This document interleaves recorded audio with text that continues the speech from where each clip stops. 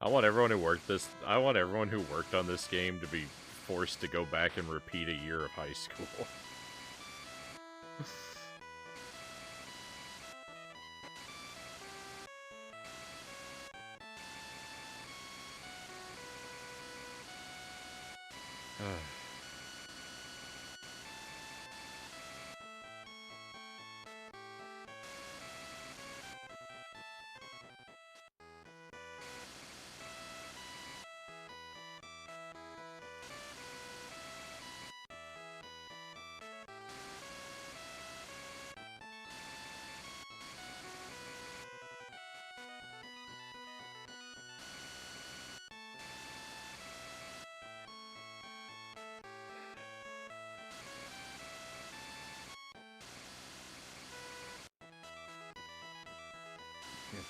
Some men just want to watch the world burn.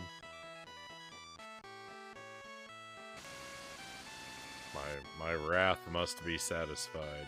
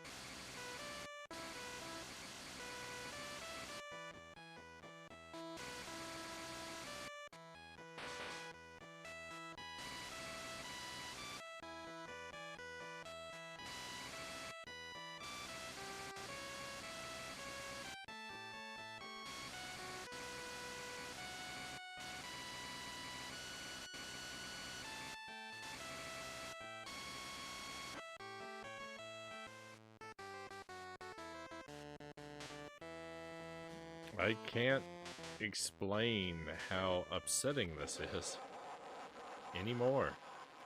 I have exhausted the English vocabulary.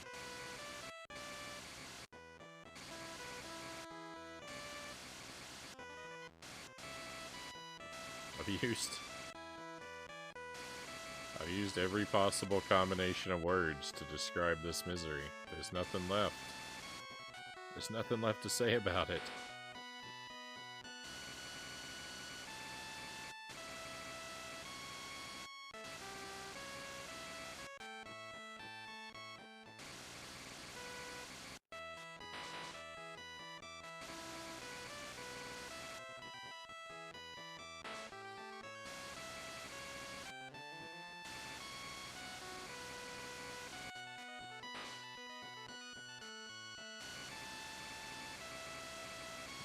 Start using the French vocabulary.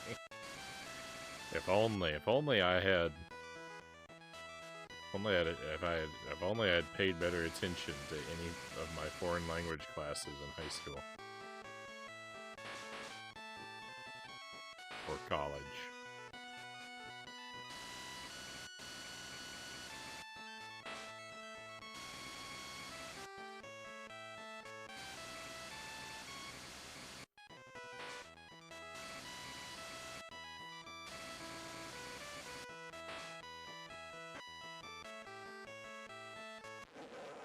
Then we can pardon your French.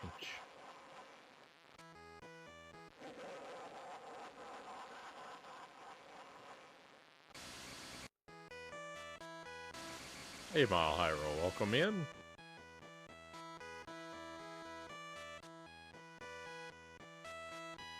In a sad world where you did not stream and you came across this game, would you still be trying to finish this? I would like to tell you yes, Mile High Roll, but that would be a lie. I didn't play games the same way that I do on stream before the stream.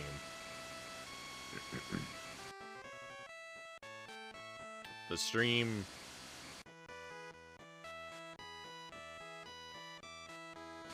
The stream hasn't, like...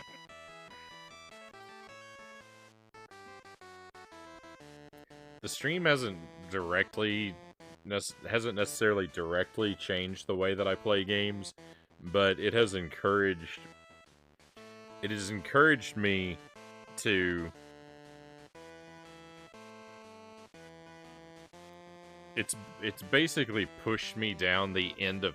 It's basically pushed me down to the end of pathways I was beginning to walk on when I started... As I was starting the stream. Like, 3 years ago, I was just starting to become this maniac who obsessively tries to complete everything and do it blind and play trash. But then I started the stream and it was like a burst of radiation that that very rapidly transformed me into the monster I was only just hinting at becoming. Thank you for the pistachio sport jams.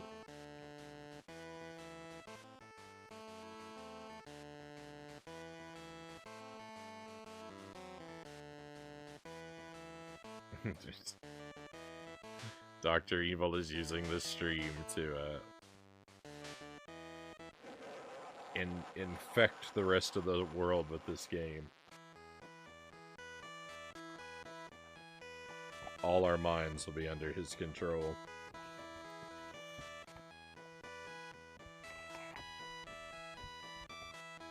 Alright, let's have, we had some regular salted pistachios a moment ago. Let's have some sweet pistachios this time. Chocolate toffee pistachios.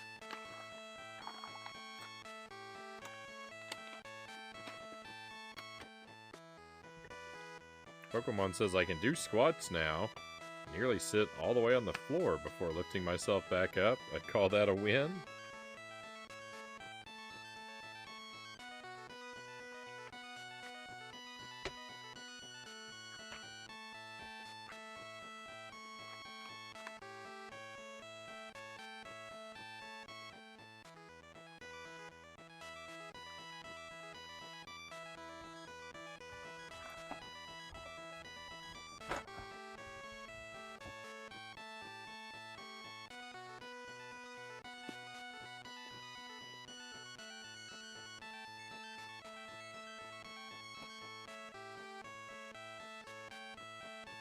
Soon I'll be doing those Russian leg dances.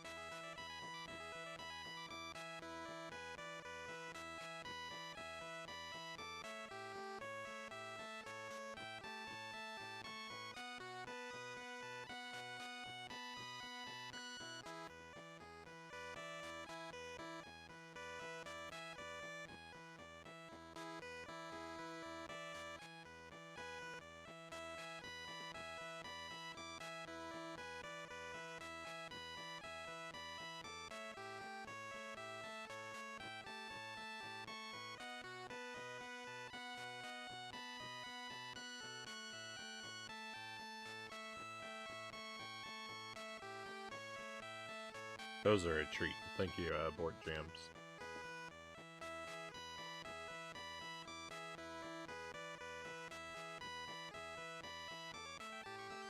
Dr. Frownle and Mr. Frown.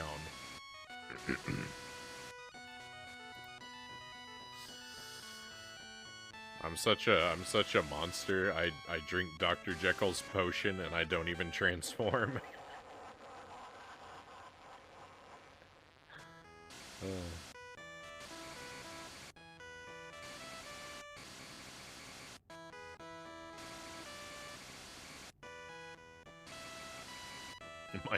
My good side is my evil side.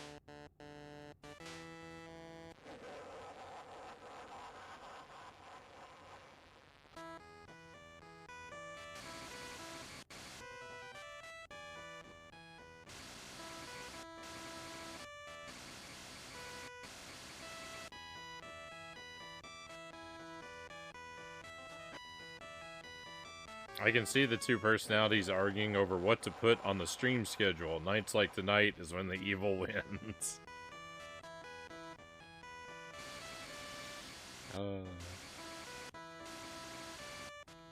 The evil... The evil wins a lot around here.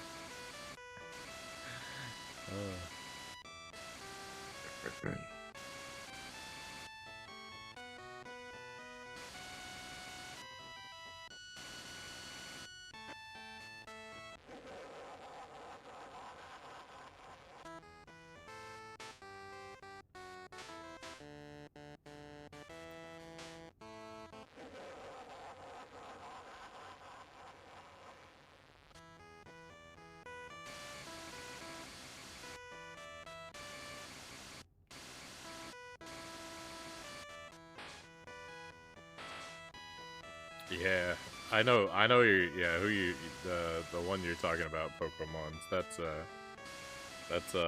Luke Cage. He doesn't really like these kind of games. He's not really interested in when I play trash.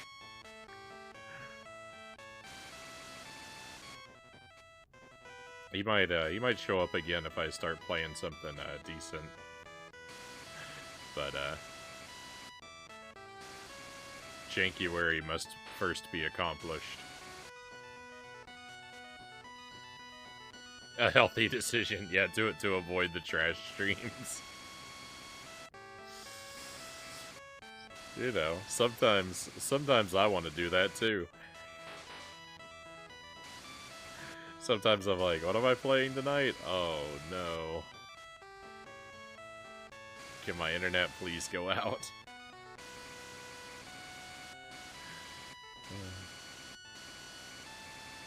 I need a personal crisis quick.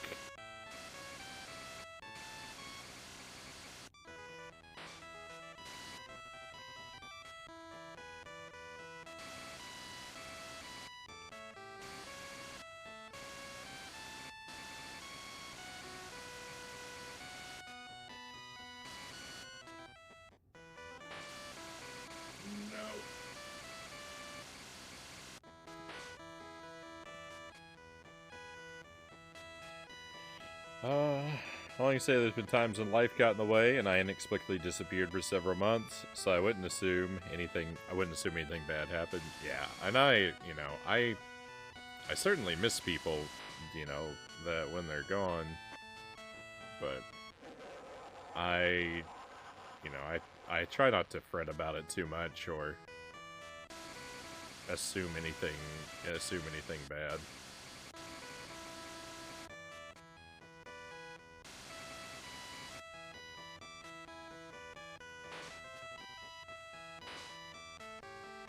It's not,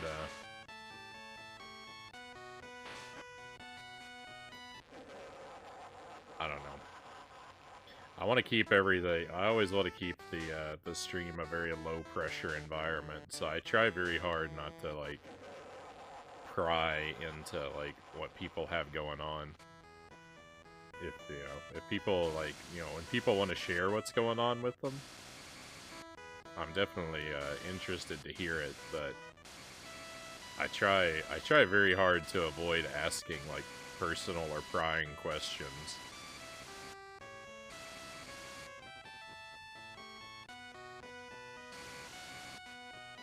Which I know can also have the effect of making people feel like I'm disinterested or don't care about them, but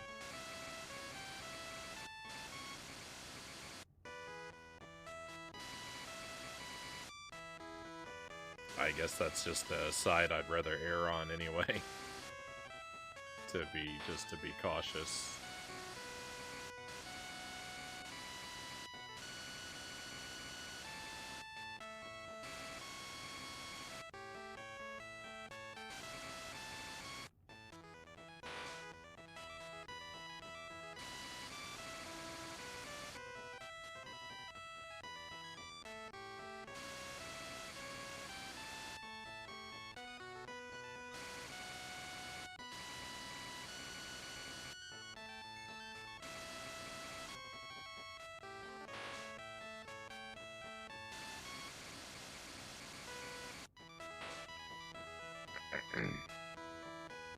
Hey, yeah, Frownie, why are you not creepy and stalking about my day every day? Exactly. Yeah.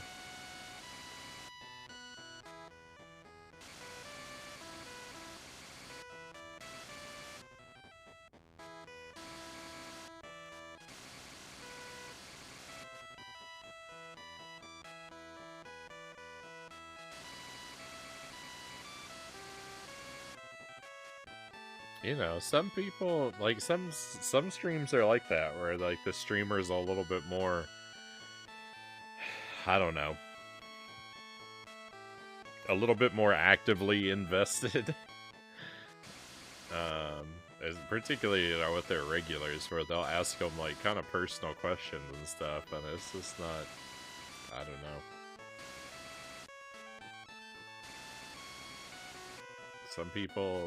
Some people like that. You know,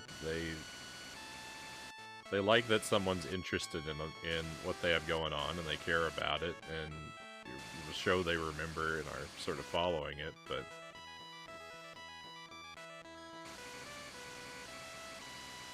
and I do my best to try and do those things, but with information that's freely offered, not solicited.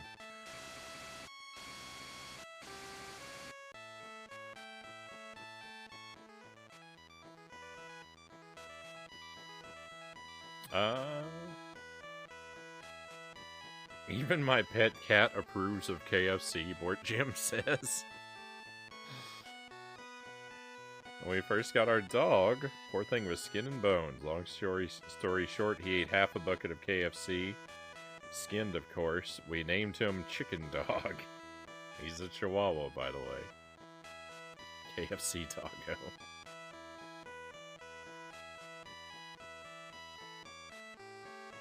I offended a mod on a different channel because I'm a very private person, Conga says. But that's not my problem. Yeah, it's not and shouldn't be.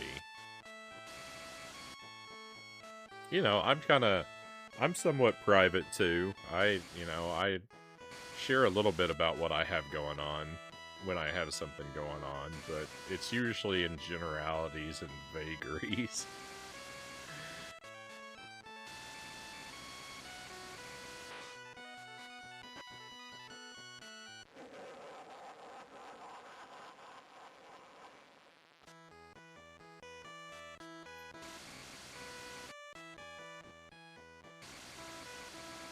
I wouldn't accept a friend request or DMs. Yeah, that's...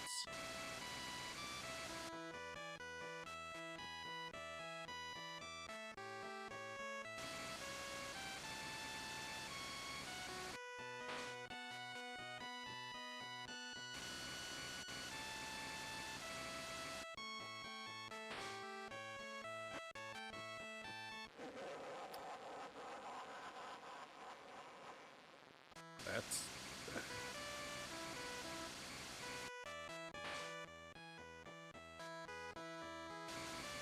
I get that, you know, that's your choice to make. People shouldn't be shouldn't get upset about that kind of thing. I mean, they definitely do, but I don't know.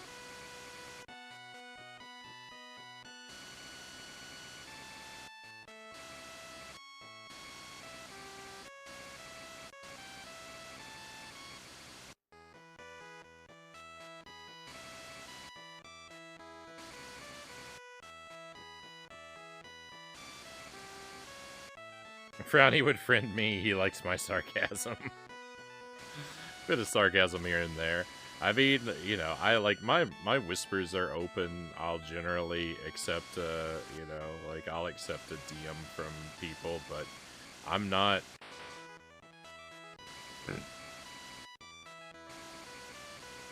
I'm not particularly chatty. Like,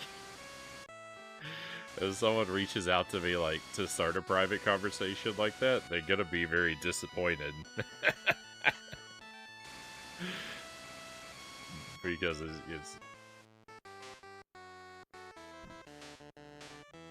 it's gonna feel like a pretty one-sided conversation.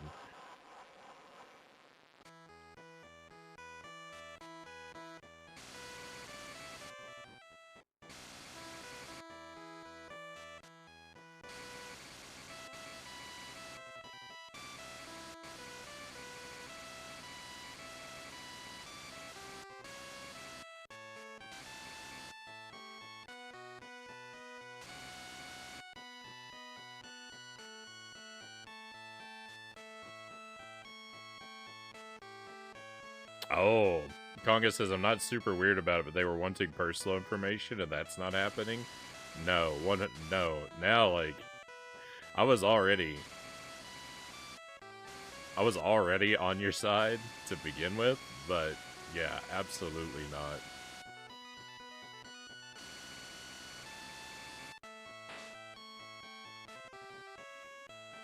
Attempting to solicit personal information from me is a good way to have me not speak with you ever again.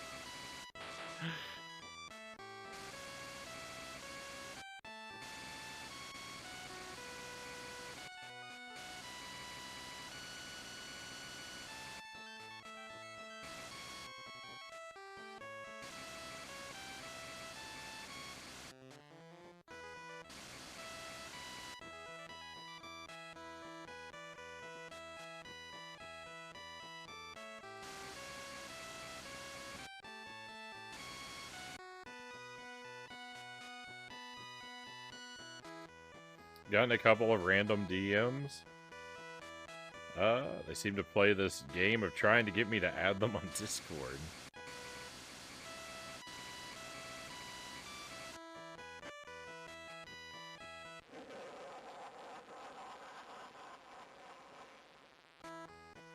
Half the time I don't even realize I have DMs till like a week after they were sent.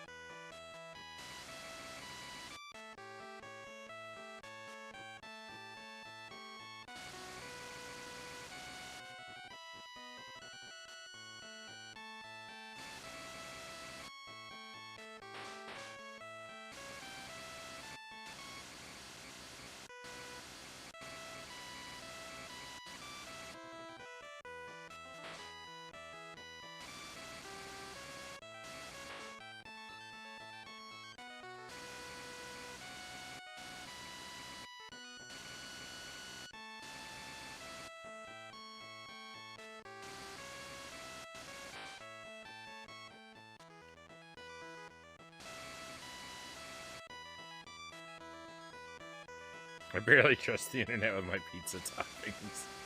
I don't receive a lot of like unexpected and like random DMs. From time to time, it's pretty rare.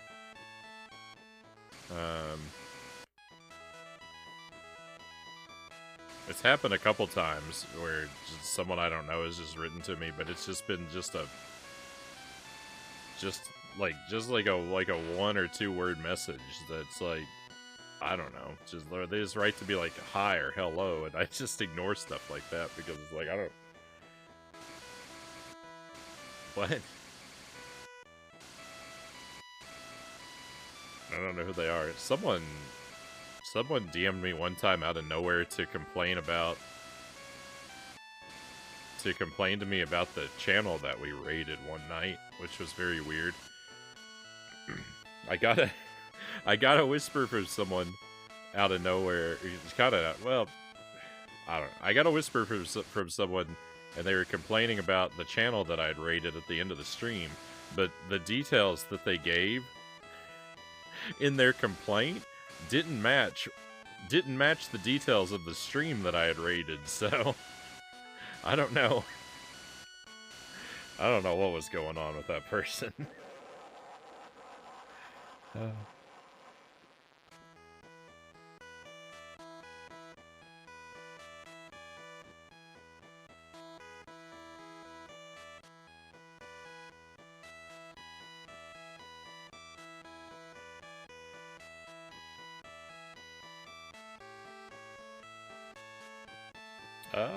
I'm glad I don't mod anymore, Kusarigama says, and these days I make it a habit of making people wait like 3 days before getting back to them, unless it's an emergency. Can't be too available.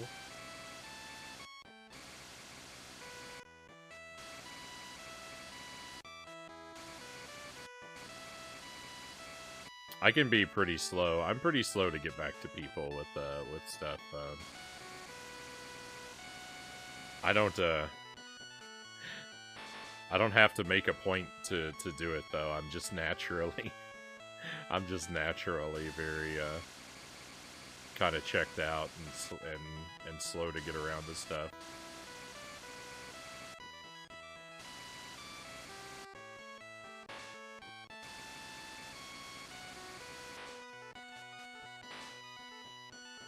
Hey, Persephone, welcome in. I tend to not be bothered by personal questions. Literally every person that sees it on Twitch knows my real name. I use it for Twitch.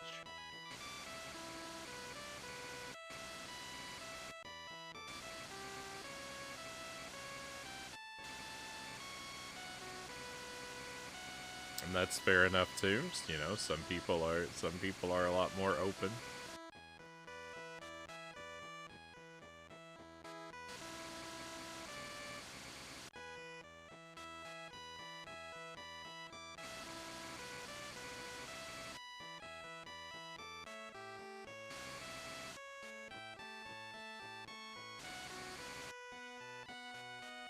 All your secrets are mine, Pokemon says. Someone's always angry on the interwebs. Being an open book means I got no secrets.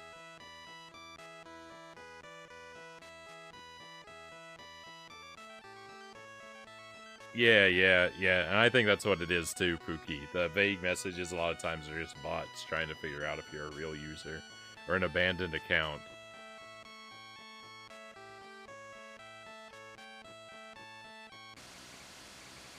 Yeah, there's a lot of that too, where I do a lot of assuming that I'm being reached out to by a bot. No.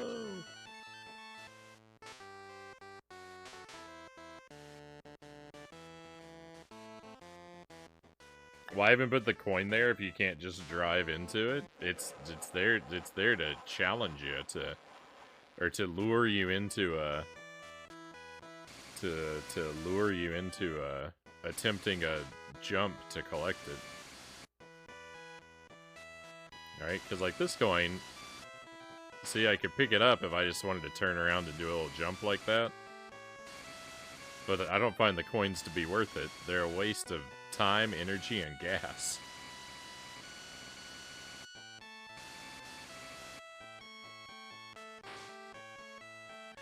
I'm here to feed my cat, not to make money.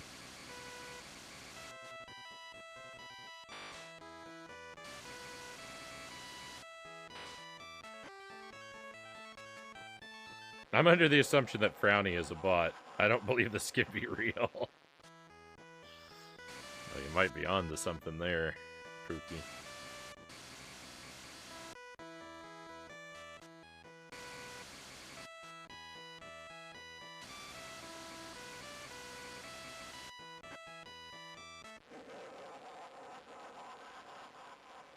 Time, energy, and gas are my three main problems.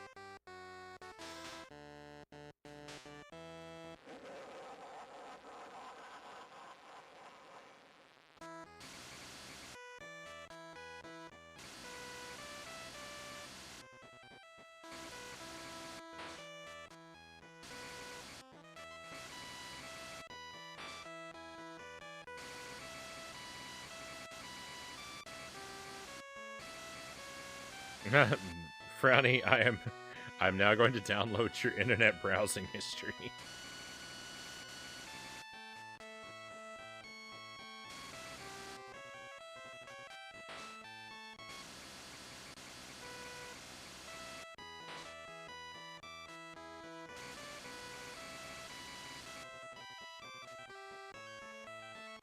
Please don't, Bort Jams. I don't want everyone to know about the time where I didn't know if a pineapple was a fruit or a vegetable.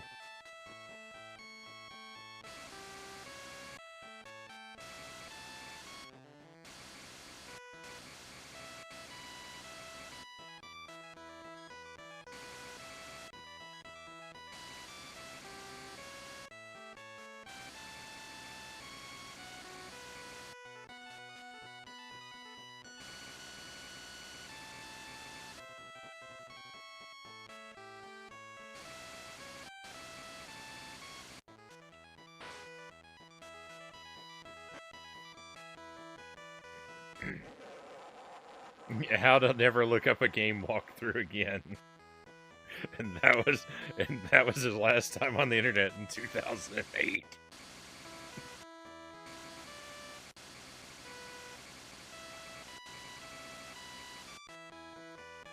Oh.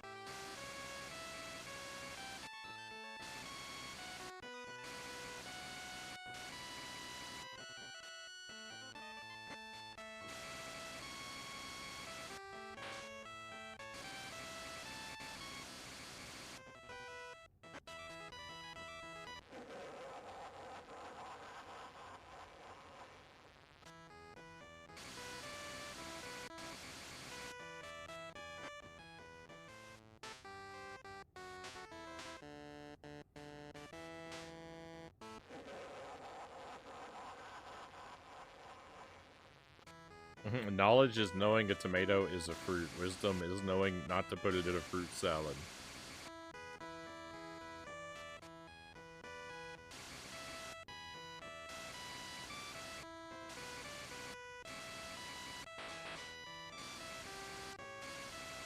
A cucumber is also a fruit, right?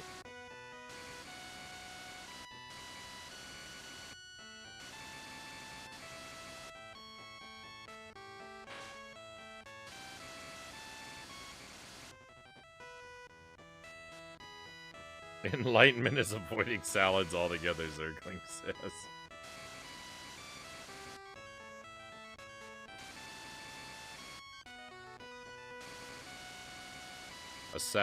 A salad isn't food. A salad is what food eats.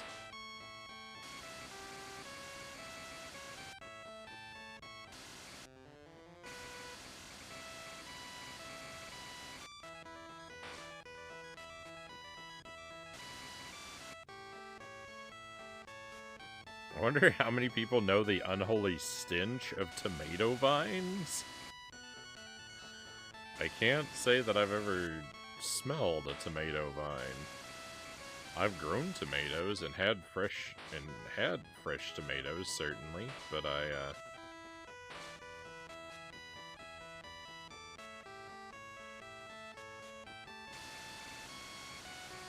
never investigated the smell of the vines.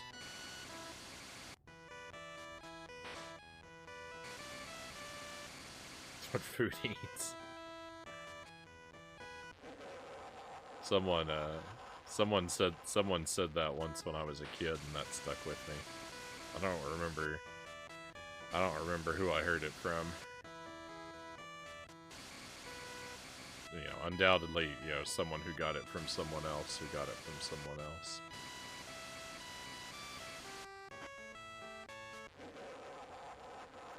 It's very strong, and it sticks to you. Ugh. Tomatoes are great in a fruit salad, Persephone says, but vegetables aren't real. It's a culinary term. Most things in the vegetable group fall into fruits, tubers, roots, grains. Fair enough. I probably wouldn't put a tomato in any of my fruit salads.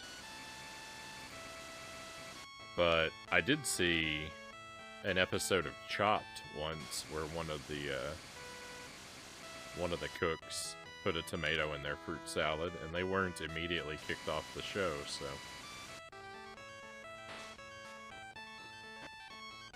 I guess you can get away with it.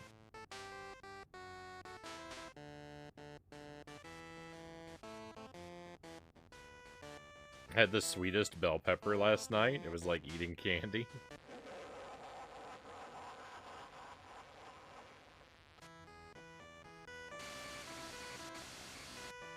The holy grail of bell peppers.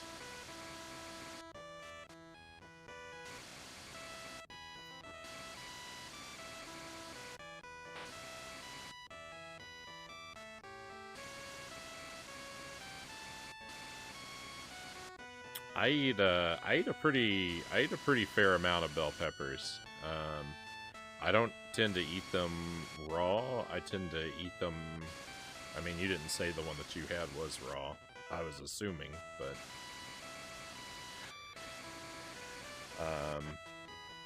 I tend to use them in as components and stuff. Like a lot of times in stir fry, I'll include bell peppers, or whenever I make a chili or a pasta sauce, it's always got bell pepper.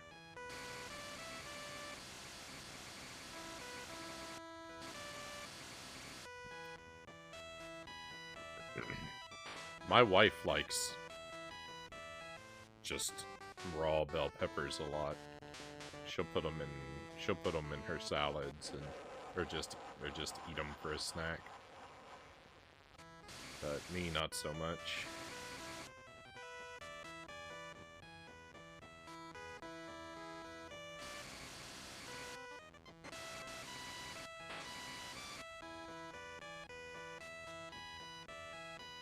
They're so good. Love them in wraps.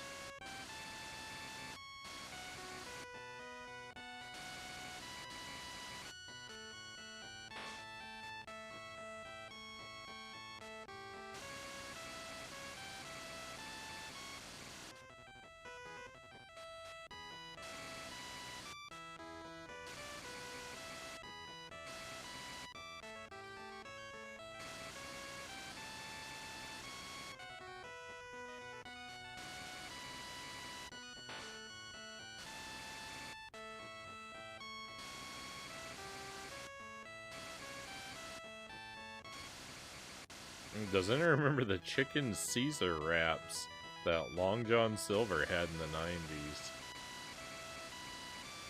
I'm afraid I do not, Conga.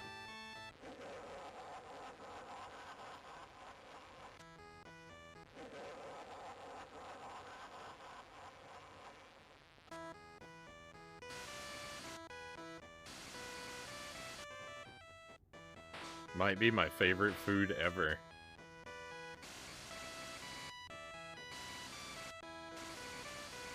Does,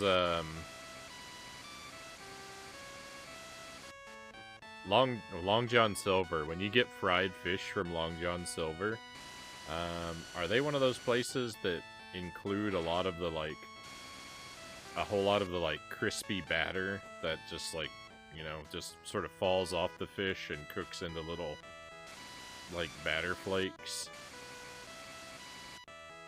There's some one of those fast food fish places.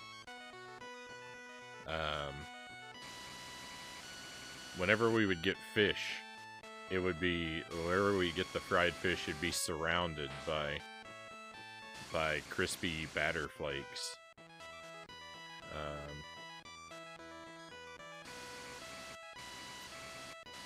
I don't know. I don't eat seafood, Conga says. I don't know if it was Long John Silver's or one of the other chains.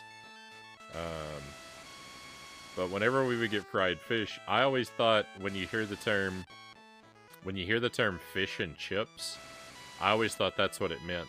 That like that it was referring to fried fish, and the like batter flakes that come with it was what the chips were. I didn't know French fries were chips when I was little, of course.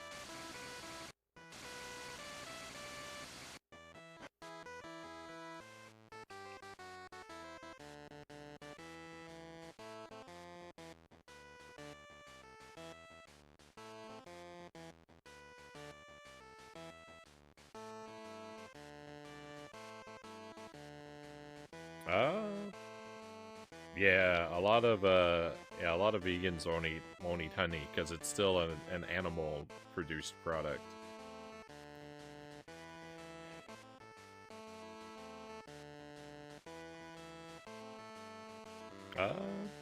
They've been in most restaurants at some point. Burger King had really good chicken Caesar wraps, Persephone says.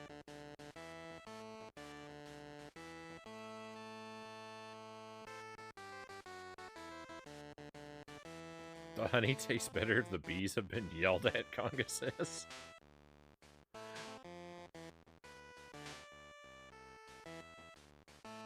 Sounds like Long John Silver's. Carnivores are on the fence about honey sometimes too, Zergling says.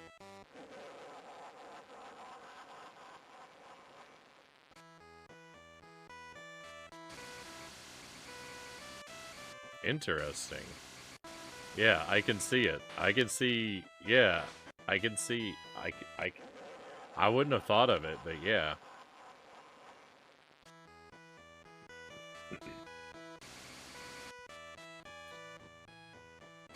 I actually would have,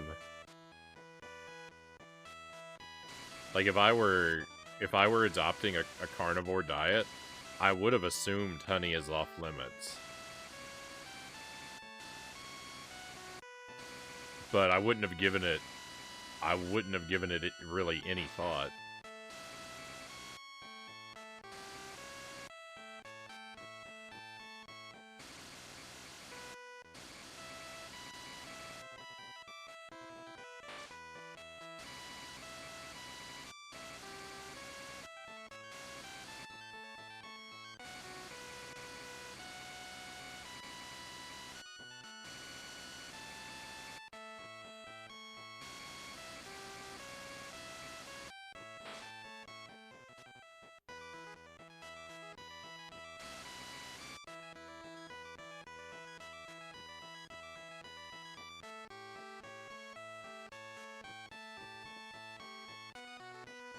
More honey for me, sorry, Kama says.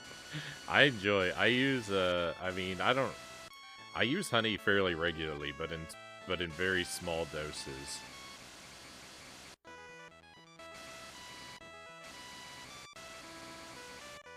I always put honey in my tea if I'm drinking tea, but I only drink tea when I'm feeling ill, so that's not really all that often. I use it in my stir-fry sauce. So, or if I'm putting together like a marinade, I'll usually put a little honey in it. Well, I say usually, but it's not entirely true. I'll sometimes put a little bit of honey in it.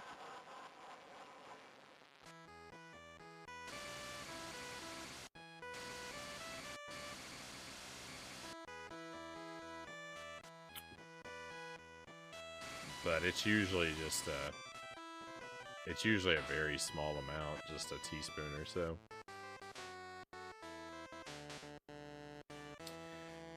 Use honey in my marinades too, Konga says. Local honey is good for allergies, Pokemon says. I believe I've heard that. Depends on the carnivore diet. I've seen people shift into what I am on, which is the protein diet.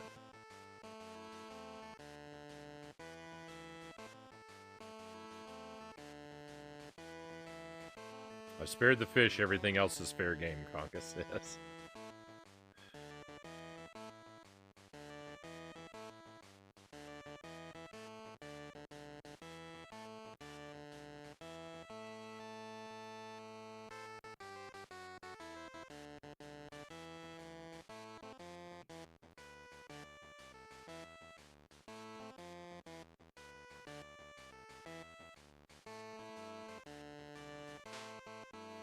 Pokemon says, turns out raw, unprocessed chocolate is great for your heart and has anti-aging properties too.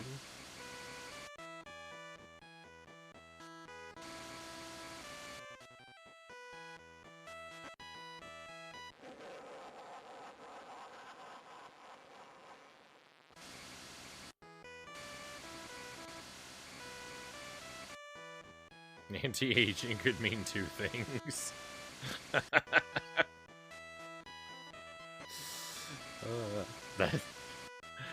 I get that technically cyanide has anti-aging properties, right?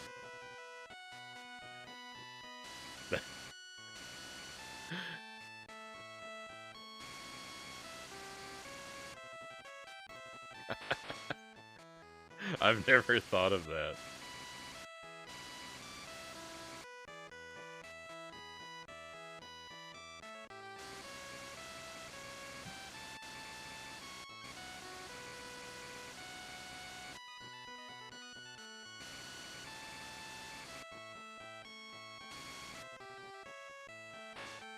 Big Mac's also very anti-aging. Yeah, well, I had assumed the positive form of anti-aging.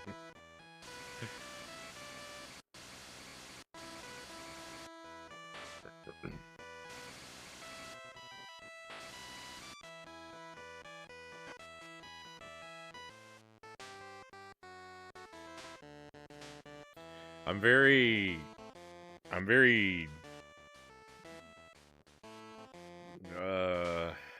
what would be the good word? I'm very doubtful of a lot of claims about food and nutrition. I look sideways at a lot of nutrition science. I feel like nutrition science is kind of like meteorology. The weatherman sure speaks with confidence when he's on TV, but I've been caught without an umbrella a lot of times, so.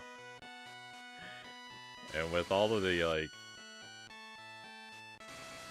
nutrition science is always so heavily sensationalized.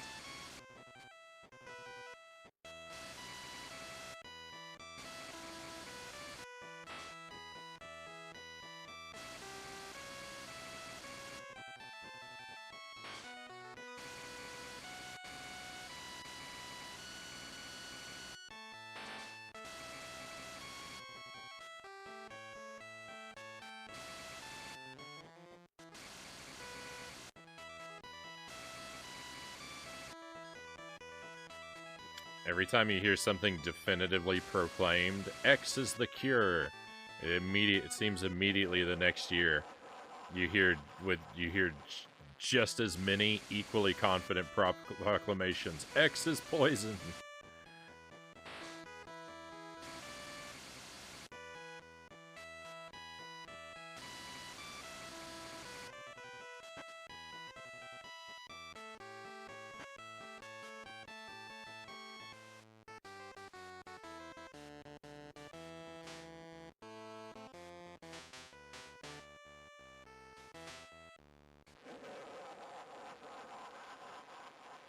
They've done away with the food pyramid that was hammered into us as a kid. And ever since, I've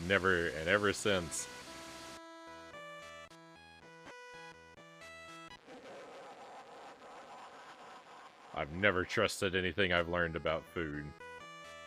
The advice I got was pretty solid, Kusurigama says. I was able to go from 400 pounds to 275 in a year and maintain it.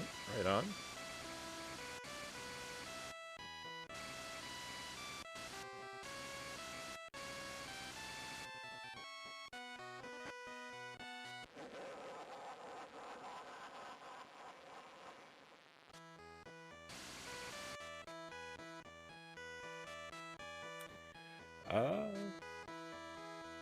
That 11 servings of macaroni and cheese for excellent health is the way to go, Pokemon says. There always seems to be one 125-year-old who drinks brandy and smokes cigars every day, Kanga says. Yeah, it's it's a complicated thing. And, like, I'm not saying all nutritional advice is bad, but just it's very personalized. I don't really want to have too much of an opinion on what other people choose to eat.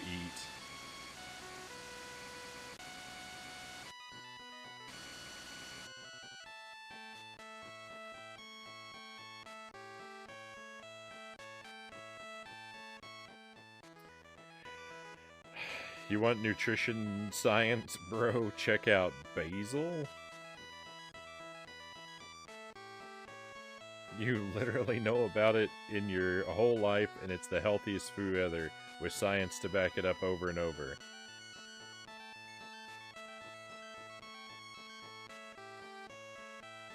Welcome in, EpiPen. Good to have you here. It cures everything from cancer to kidney stones to blood pressure to diabetes to type 2 diabetes.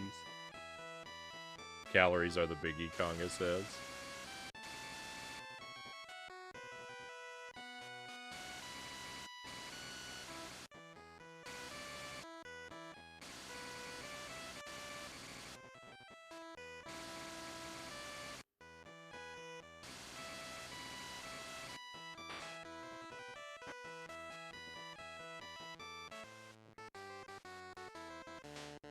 Basil, no, I've dedicated my life to oregano. I actually do eat a lot of basil, interestingly enough, or, you know, or not.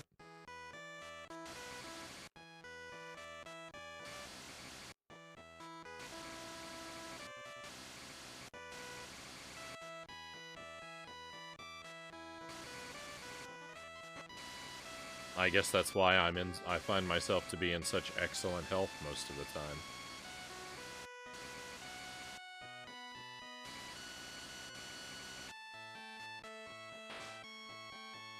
Hey Tommy, welcome in.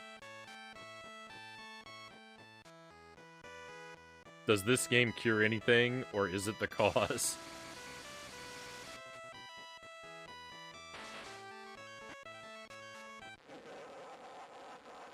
It is both. This game is both poison and remedy.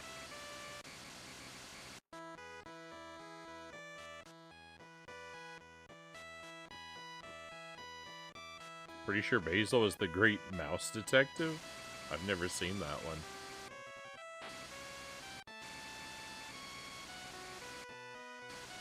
This game cures all life.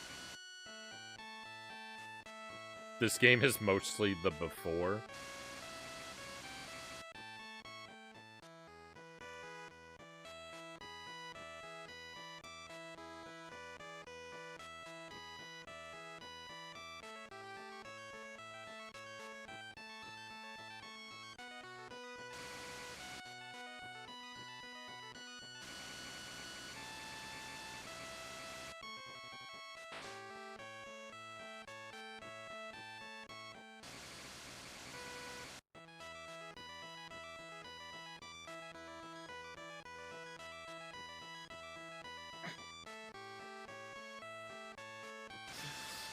Spreading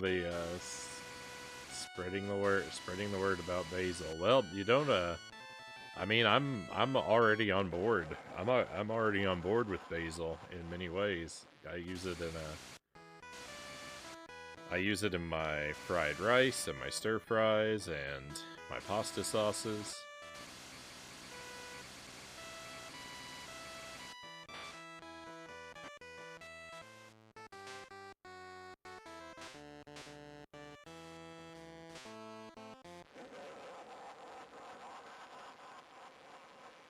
Basil of Baker Street. I love the Great Mouse Detective. It's also a book series.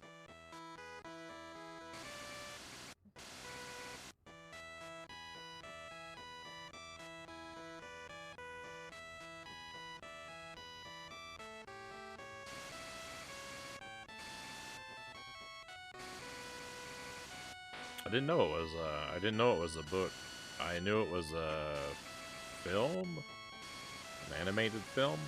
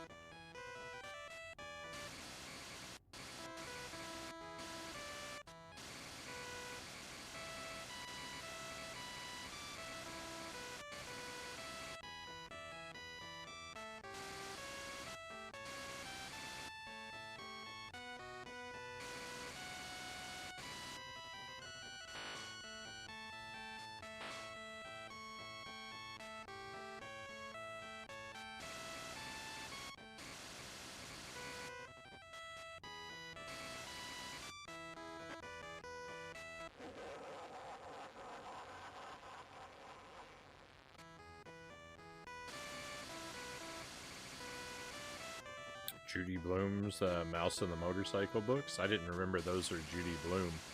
I don't think I read the Mouse and the Motorcycle as a kid either. I feel like I saw. Did they make a film? Did they make a movie based on that? I feel like I remember a movie about a mouse driving a motorcycle around.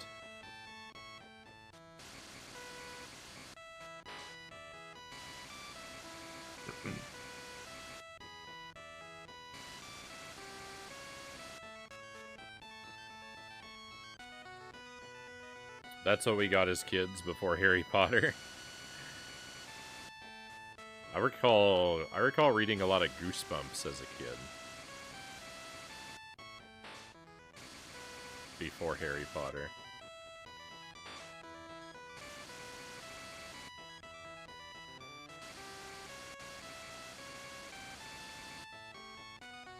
That's probably the standout among books for me.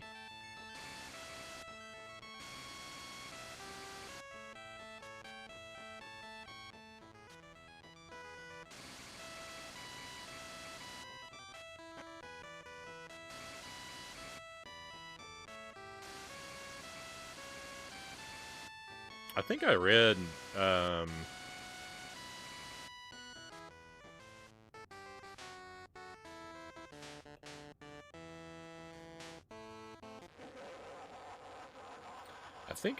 well, I don't know.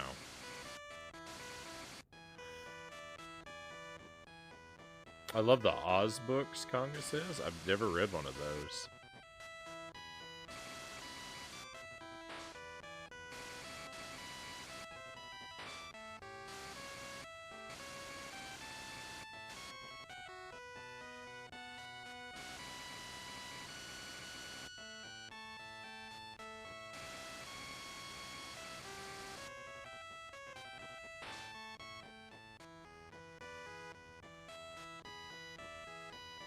Recall the Goosebumps TV series from way back in the day, Persephone says. I saw a few episodes of that. I remember the books more clearly than I do the TV show. But I do remember that being a thing, and I know I saw it at least a few times.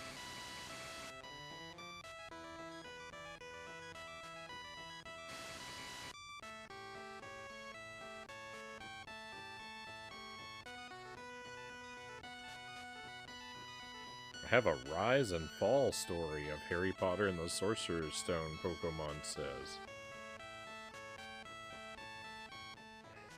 It was Beverly Cleary, but yeah, some of the TV movies.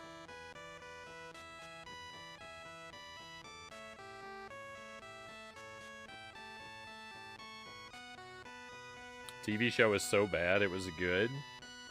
The new show is just boring, Pokemon says. There was a Goosebumps CD-ROM game from the 90s. I wonder what that was like.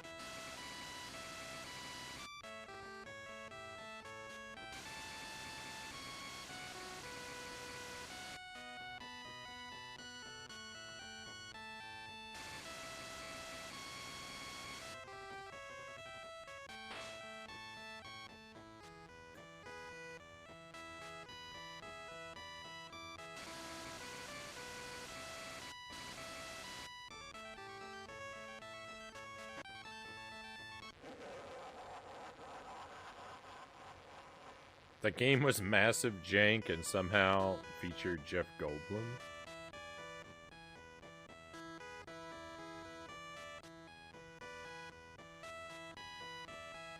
I do recall the bathroom sink fire story.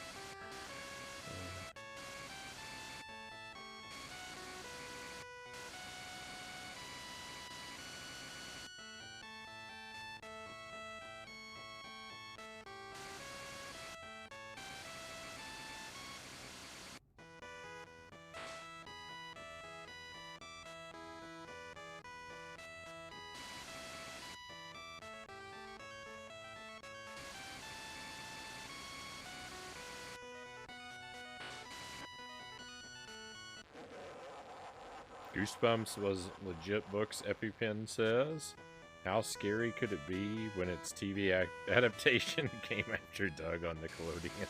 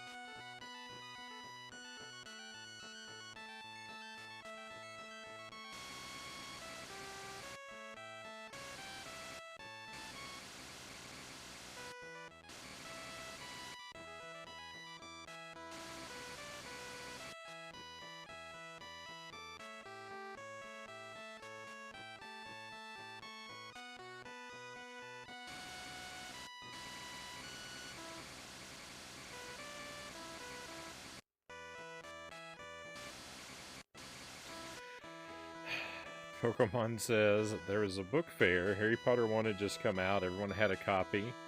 I wanted it, but didn't have any money for the book fair. My friend said, let's go in and steal some books. I was hesitant, but I followed him into the library. He started stuffing everything he could into his backpack. I had a copy of the Harry Potter book in my hand. I looked and everyone was watching him stuff his backpack with books, and they were looking at me, seeing what I was going to do. I put it back, so obviously I didn't want to get caught. Waited for him to finish stealing. They waited for him to finish stealing and grabbed him on his way out.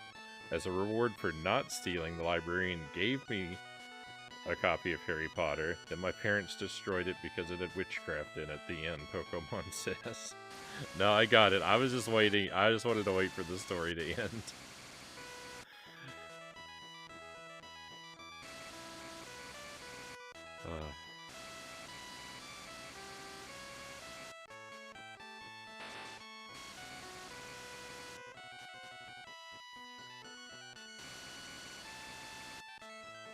That was a roller coaster ride, Conga says. Yeah, you took the words right out of my brain, Conga.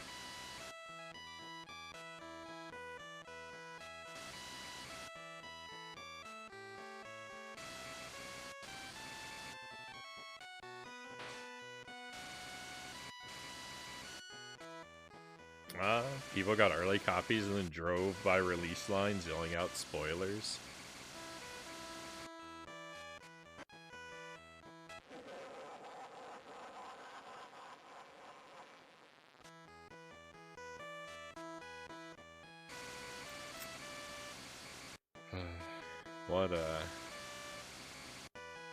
What wonderful individuals.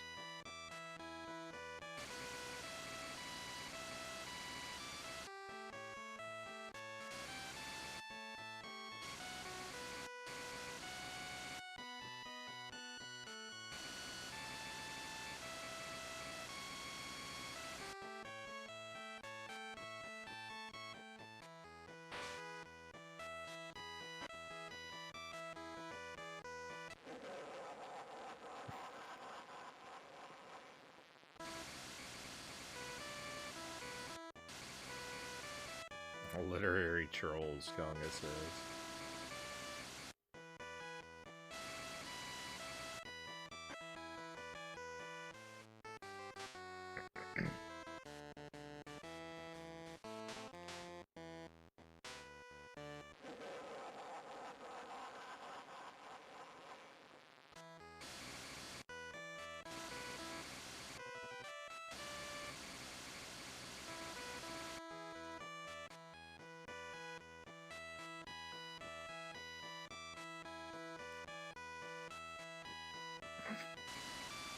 I'm gonna do that, Pokemon says. I'm gonna go into Red Lobster and yell at everyone. Spoilers. The food is really tasty.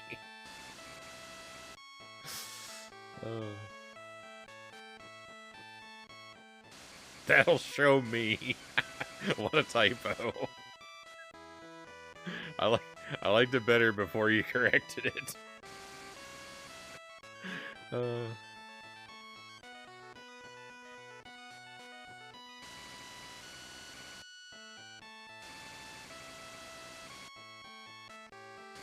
So, I read a lot of Goosebumps books when I was in elementary school. And I read a lot of Stephen King books when I was in middle school. And then I read Tolkien when I was in high school. And I think...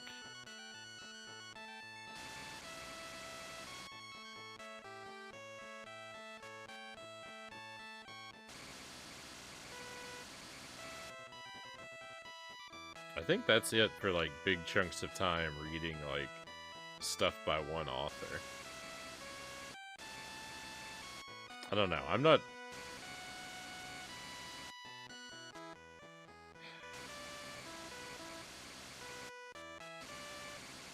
I haven't done a lot of active reading in a while. I used to read a lot. But I've kind of slowed down.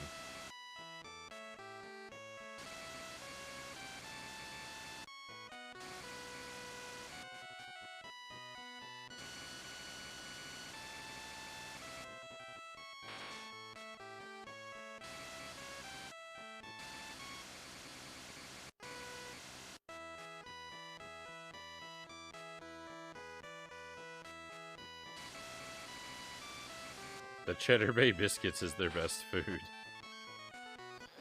Those are pretty good.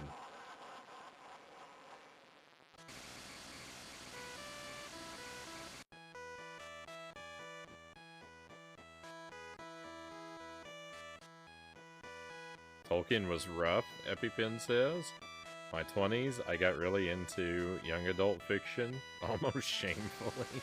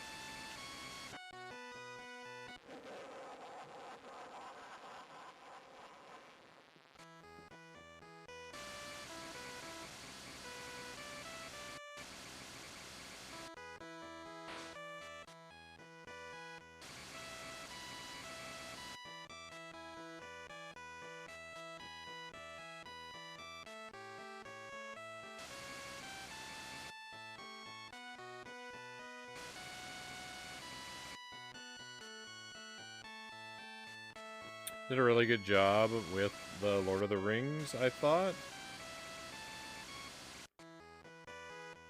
Or my imagination was terrible, because I was really impressed with the way they depicted what I read. I feel like, I mean, if we're talking about the Peter Jackson films, I think that they're pretty universally beloved.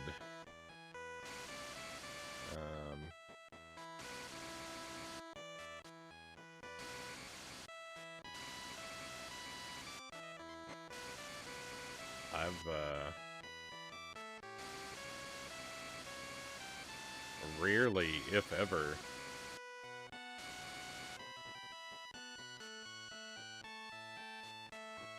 heard anyone complain that they were off the mark with the way that they adapted them.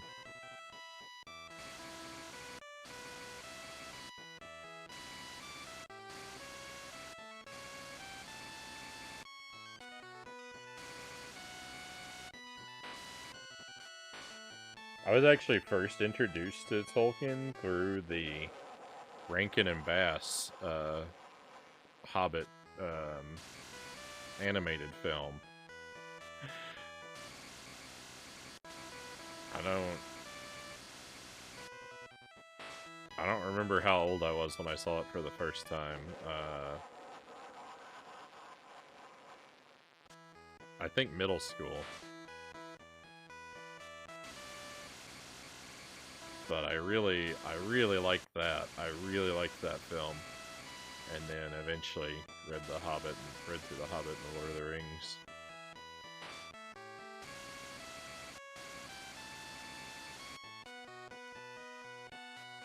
Kind of just in time for Peter Jackson's movies to come out.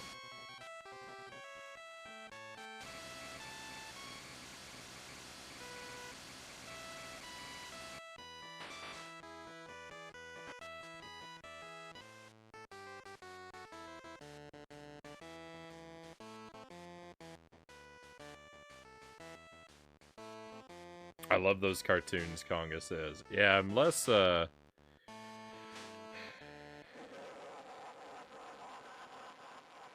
feel like I was a little less enthusiastic about the Return of the King film, but I've seen it less.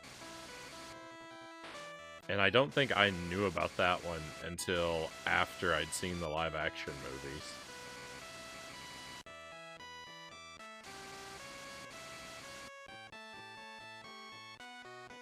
And the other one, is it Bashki? Is that the guy's name? That one, I don't know. I'm very mixed on that. It gets hard to watch sometimes. Some of it's great, but like all the rotoscope stuff, just, I don't know. I get tired of watching that stuff. That one was painful, Conga says. It exists in a 1970s world.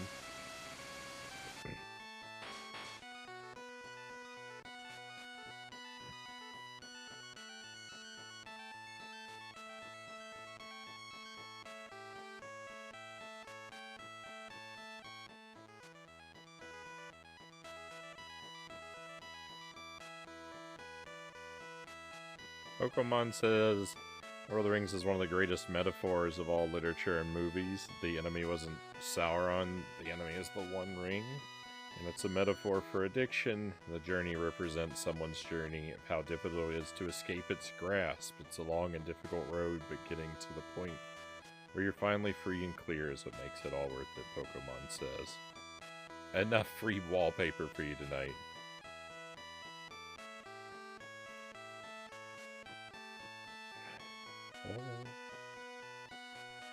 I'll have to look for the abundance of slow motion the next time I rewatch those films.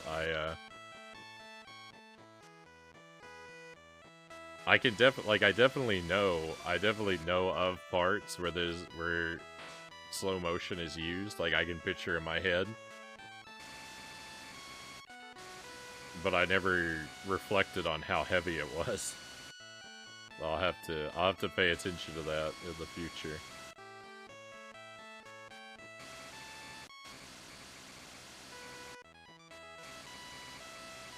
It never stood out to me, but I'm not super observant, so who knows. In contrast, The Hobbit is focused on greed, Pokemon says.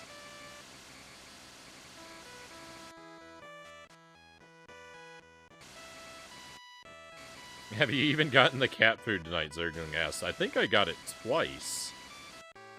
I definitely got it once.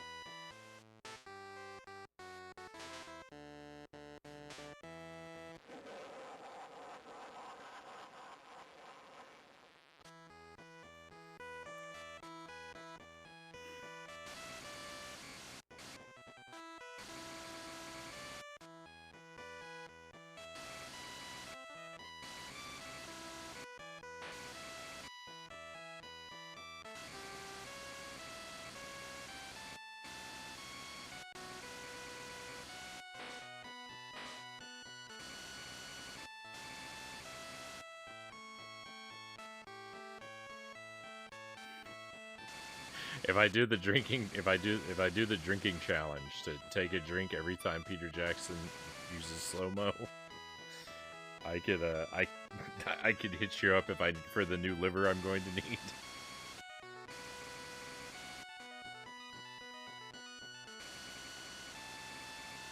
I think I'll take it safe and avoid that challenge.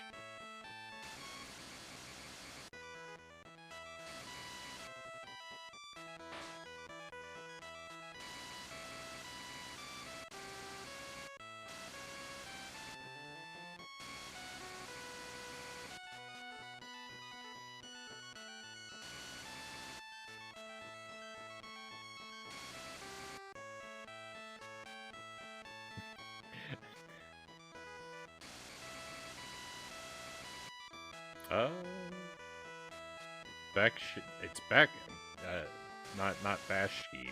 Bakshi.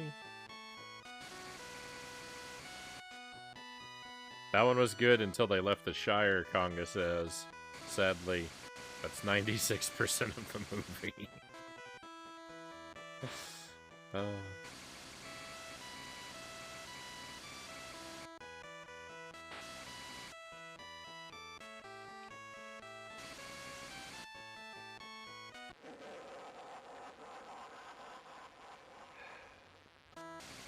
This game is so bogus.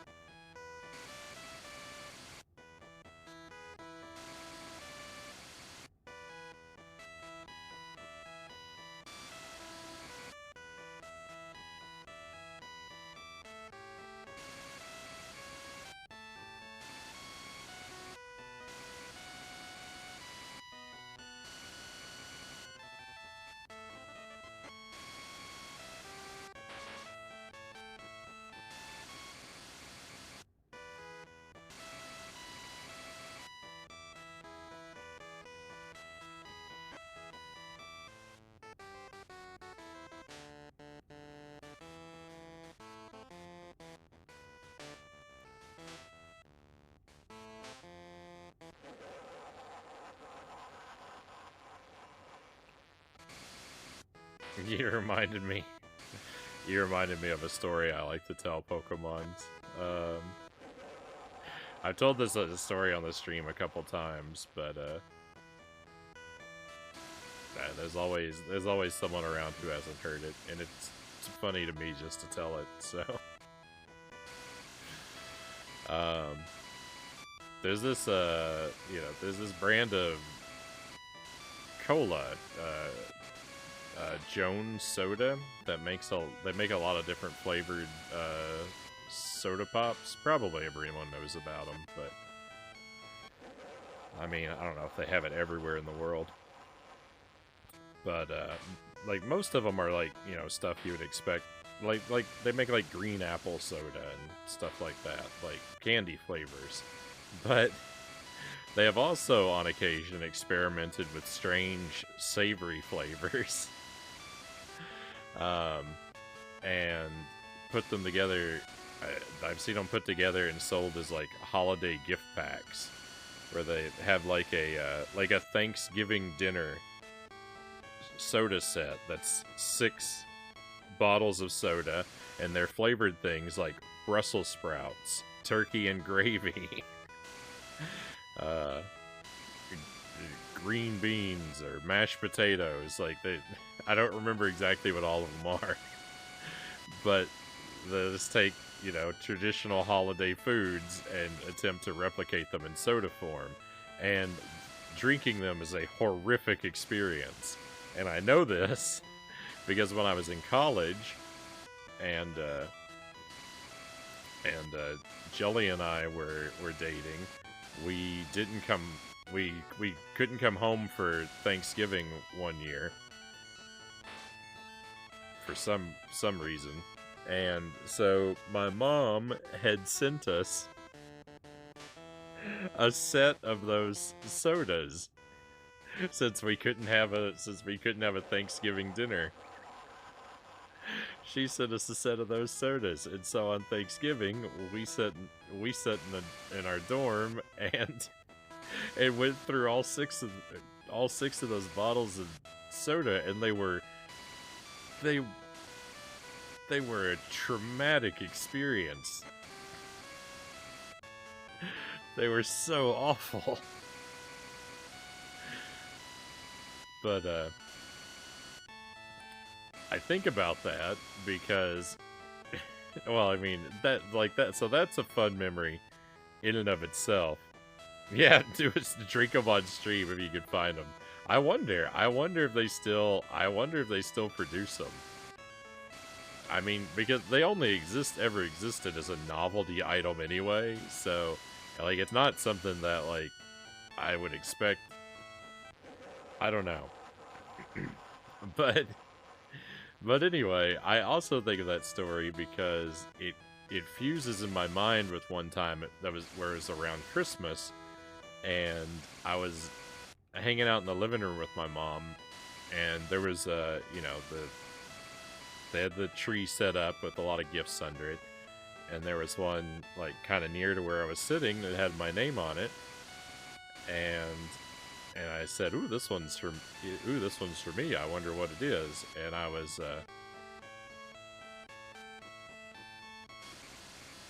kind of talking to my mom about it, and I don't remember exactly how it started, but we ended up. I started asking her like 20 questions, like yes or no questions, trying to get a hint of what was inside it.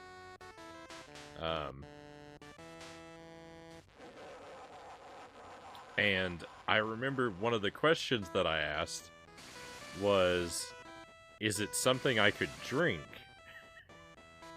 Because I'd worked out that it was at least partially liquid. And my mom thought for a moment, and she said, you could drink it if you wanted to, but I would be sitting outside of a hospital when I did it. And that story could crosses wires in my brain, and I always remembered that story as if what ended up being in the box was the Holiday Jones sodas, which were so awful. But what she was actually talking about, and what the gift turned out to be, was a lava lamp.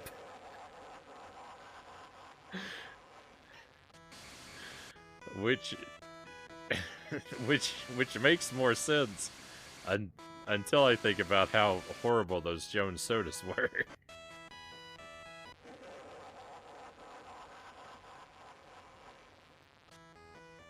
Jones is the OG of craft sodas, so I believe it, EpiPen says. Don't drink lava lamps. Oh.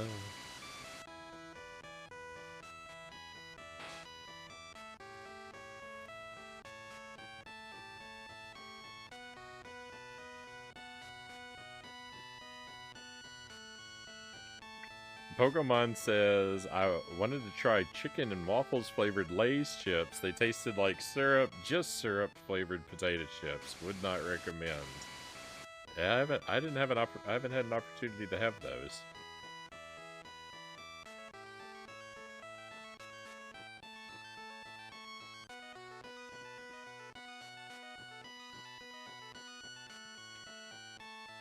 I'm afraid I don't know that song, EpiPen. I'm pretty unfamiliar with Pearl Jam.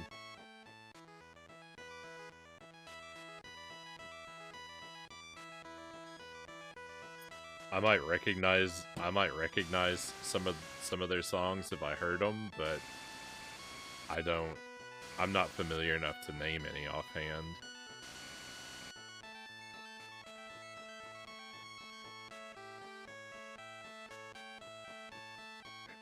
Lava lamps may have pop caps, but that doesn't make them pop. Duly noted.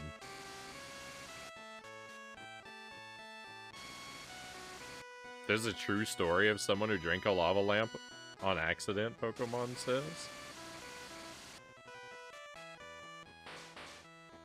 I would expect that would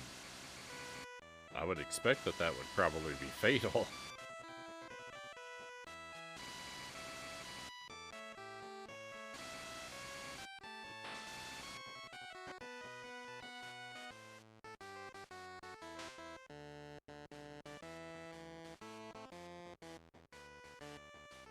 Doritos nacho cheese flavored Mountain Dew. Uh-oh.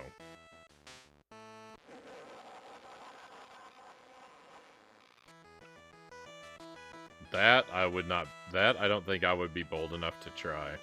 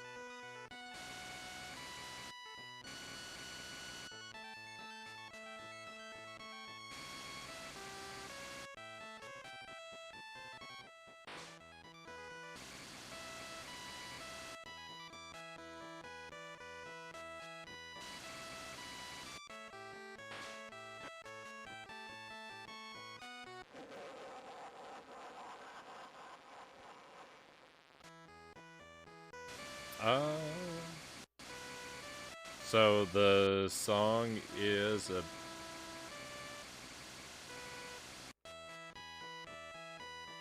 song's about a parent, a father who never pays attention to his son, but spends lots of money on him. This game makes me think of parents who don't care about their kids enough, but got them the whole shelf for Christmas. Nobody asked for this.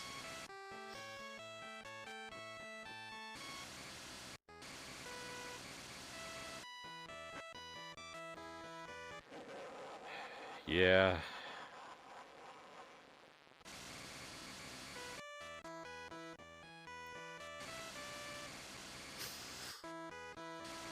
A lot of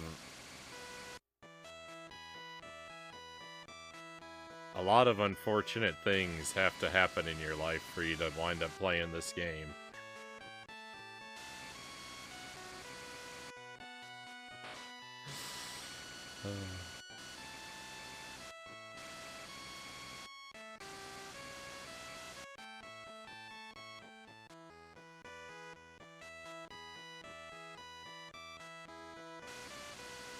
Hey, Chompy, welcome in. Frownie, every time I pop into your stream, it's this game. I'm sorry, Chompy. I'm sorry. I have been playing I have been playing what borders on lethal doses of this game lately.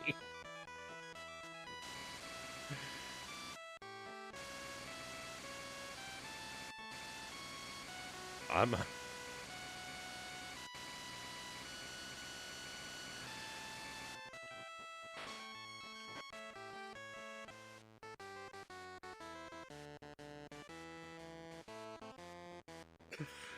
The doctors are perplexed. I'm a marvel of modern medicine that I'm still alive. Have you played Elastomania? I haven't. Is it another game that's similar to this? I think someone else might have mentioned it. The title is vaguely familiar.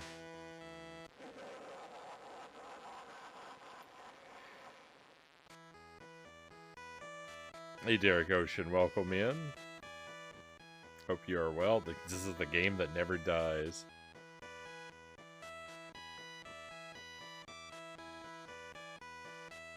Resident Evil, it's like Resident Evil 4 on Zebo.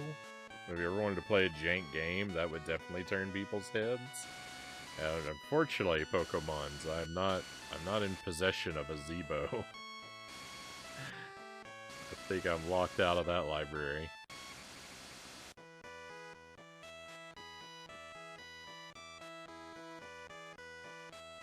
It's an old motorbike physicsy game. So mostly people have brought up Happy Wheels and Trials and Line Runner, I think are the titles that I've heard this compared to. Mostly Happy Wheels and Trials are what people seem to think of. But I don't know anything about any of those games either. This is my first experience with this type of agony.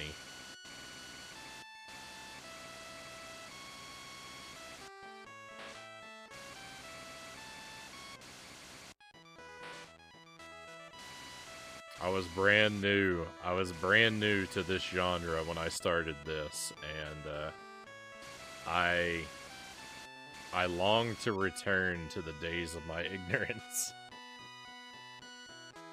Yeah, why is there a health bar with more than one dot? Every time you get hurt, you lose all the bars. Precisely. That's a great question, EpiPen.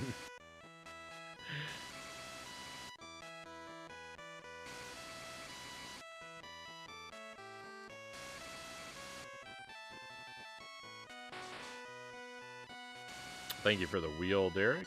Yeah, we can do that. Let's just go ahead and do it. Well, let me play the rest of this life out first, because I don't know if my fuel is gonna drain while I'm idling. I don't think it's supposed to, but I have so little faith in this game.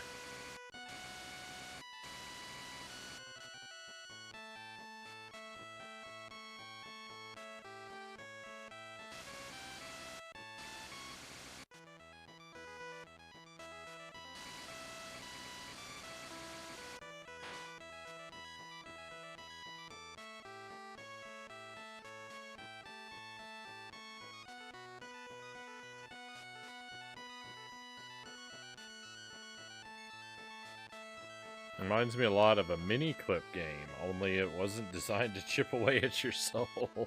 Was it? Was it not?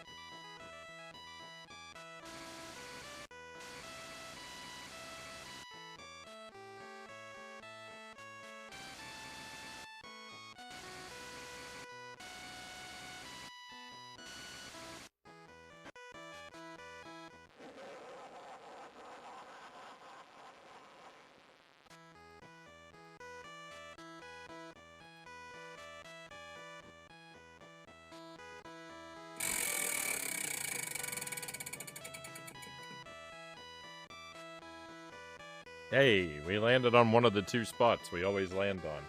But I think it's a new thing. It is. It's a new sauce. Groovy. So all the sauces on the wheel are from a set of little miniature bottles. It's called the Good Hurt Fuego. What we've landed on is jalapeno lime, which I'm going to have to open because we've never had it before.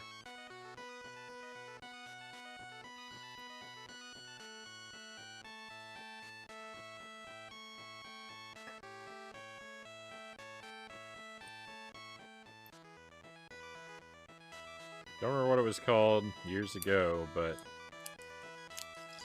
I used to play it a lot in the computer lab instead of doing homework.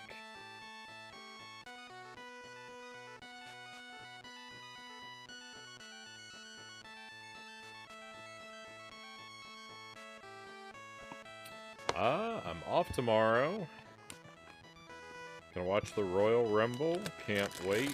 Hope it's a good one, Derek says. Right on.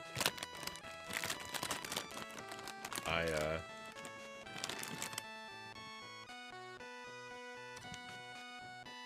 don't really follow wrestling myself, but I do hope that it turns out well, that you have a good time with it.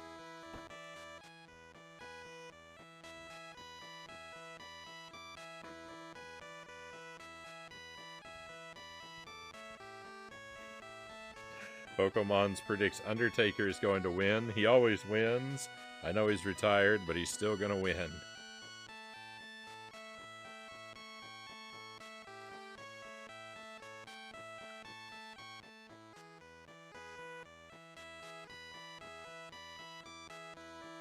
It smells like hot sauce. I don't smell any lime.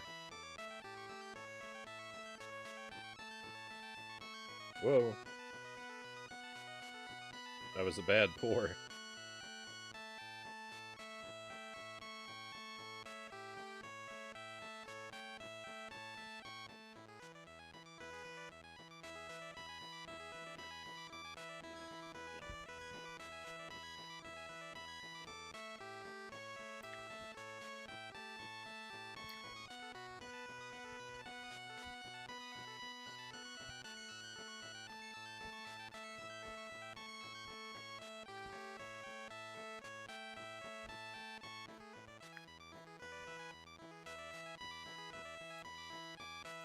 Well,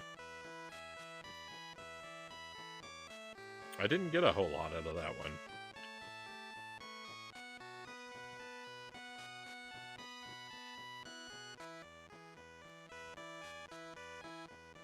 It's not very hot. I think the cilantro jalapeno is actually hotter. I don't know. I'm underwhelmed by this one. That's about all I can say about it. It tastes there's not much heat. It mostly just tastes of vinegar. Maybe that's because the lime is also acidic. I don't know. Did you make any progress tonight? None at all, Derek. None at all. With the lime and the coconut.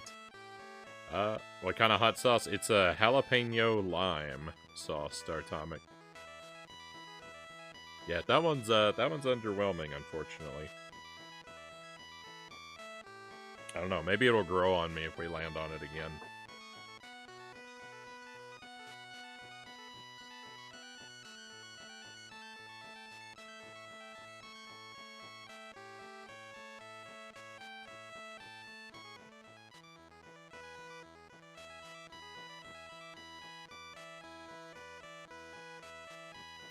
Vinegar isn't acidic, it's basic.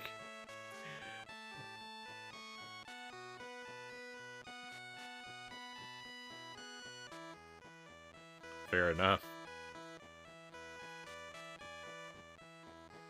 It tastes, sharp, abrasive.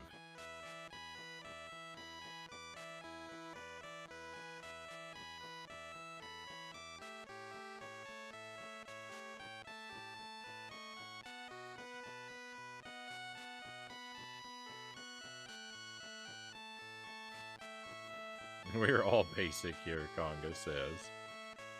I think you'll do better in Jump King tonight, Derek says. I don't know about that.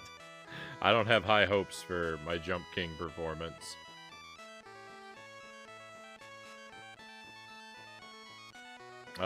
Omega, welcome in. Have you become clinically insane yet? I'm on the verge of it. I'm on the verge of madness.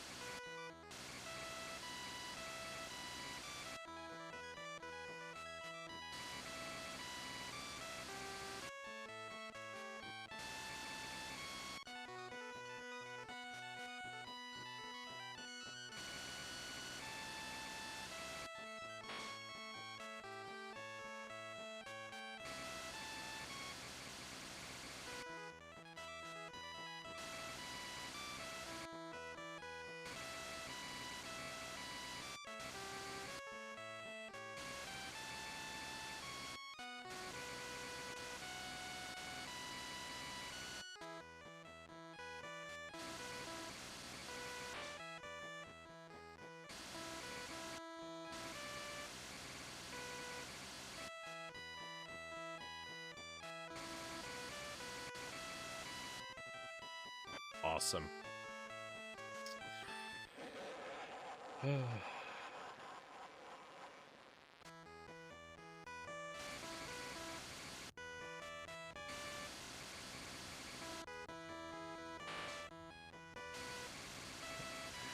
There's too many obstacles that it's just completely out of my control what happens when I approach them.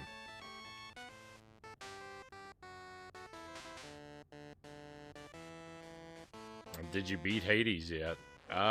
So yes, I think.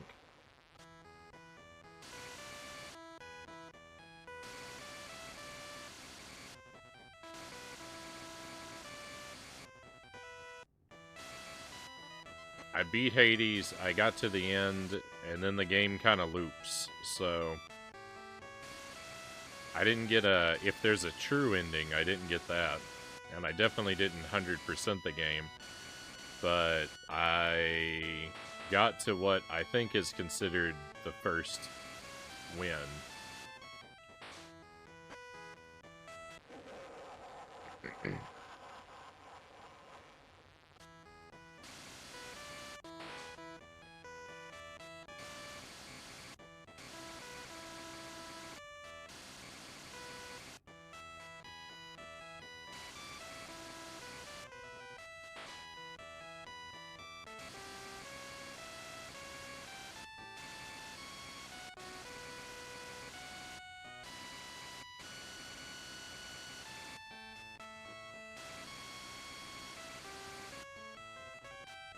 I can't really say better than that. I've tried to explain it a couple times tonight, but the big problem is I don't look stuff up, so I don't really know what I'm talking about. So I guess I could really only say yes. But if you want more details, you might want to take a peek at the VOD. Because that yes may deserve an asterisk by it.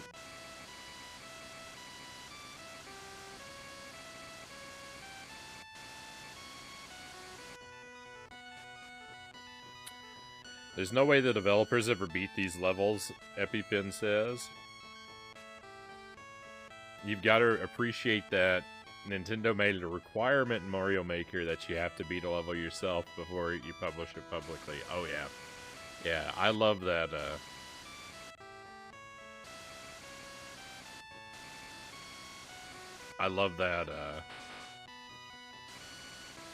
decision.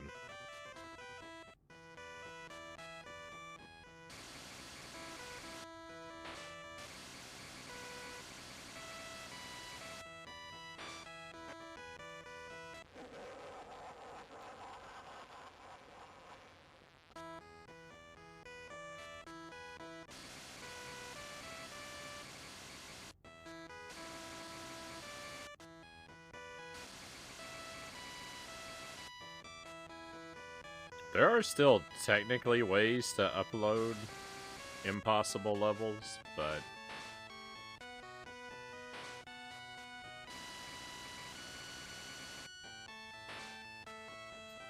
you have to know a whole lot about the game and be committed to being a real jerk to do it.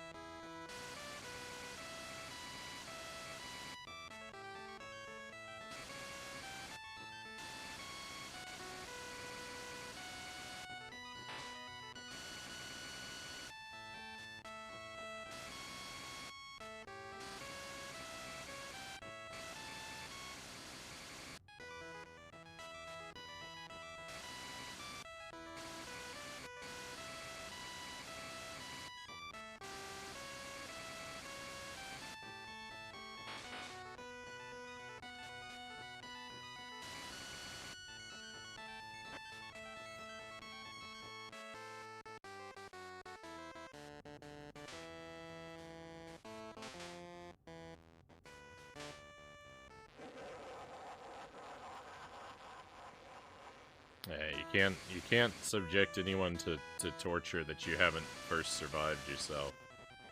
Generally. It's a good policy.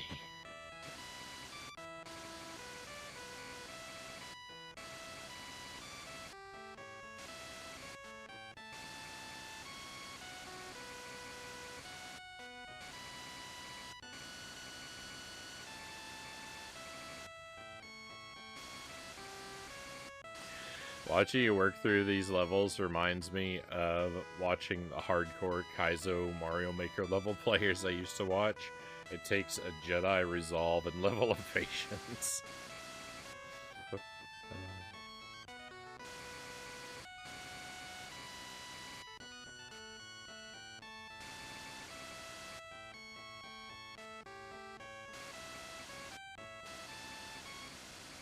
I'm sure it also takes a tremendous toll on me, but like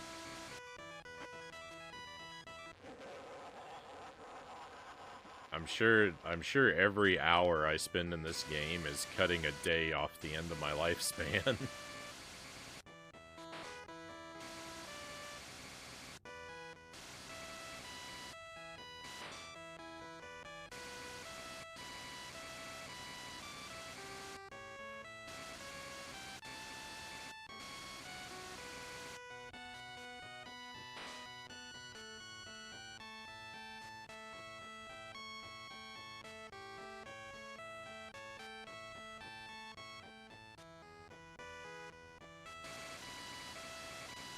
The harder Mario Maker levels melt my brain, Pookie says. Yeah, the really intense like Kaizo type levels in Mario Maker, I could never really do those.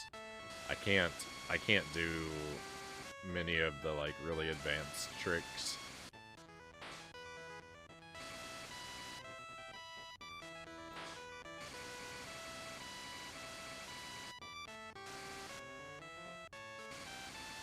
Not reliably enough to do any of the levels where you have to do like more than one of them in a row. Like I could do like the occasional like shell jumps type stuff in isolation, but and even the shell jump's a pretty, you know, a pretty minor trick compared to some of the stuff.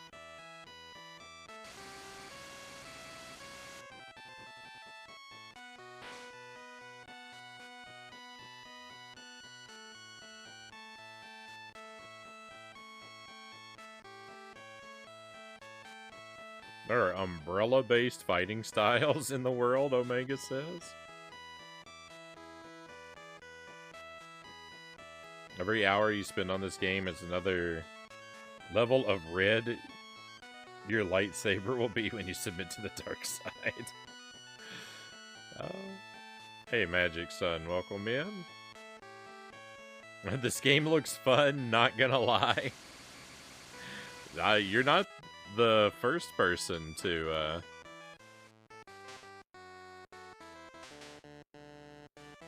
You're not the first person to think that this game looks like a good time.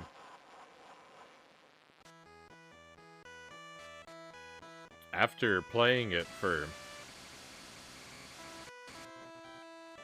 30-something hours, I do have to respectfully disagree.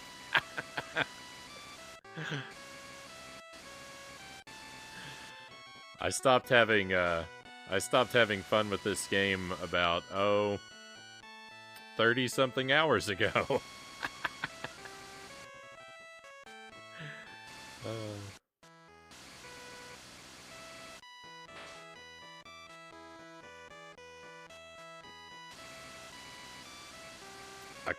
A couple small changes could have really made this game a lot of fun, but sadly this journey has for me been one of immense agony and frustration.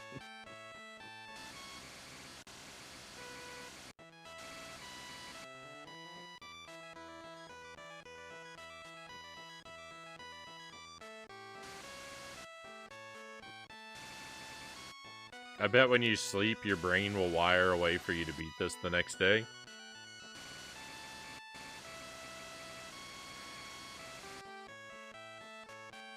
Well, this is my third night playing this level, so I've actually played it 2 nights, gone to sleep, and played it again, and unfortunately that hasn't happened for me yet.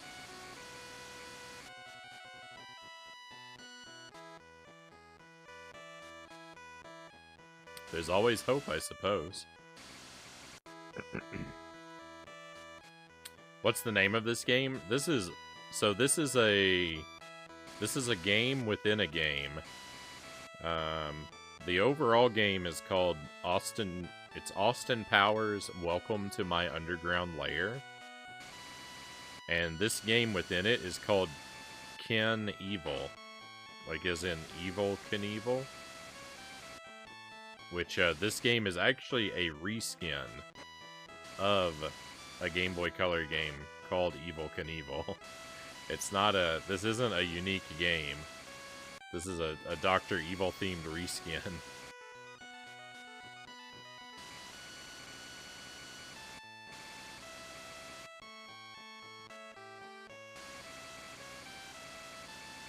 So yeah, you can find it on its own as Evil Knievel on the Game Boy Color, or in Austin Powers Welcome to My Underground Lair, also on the Game Boy Color.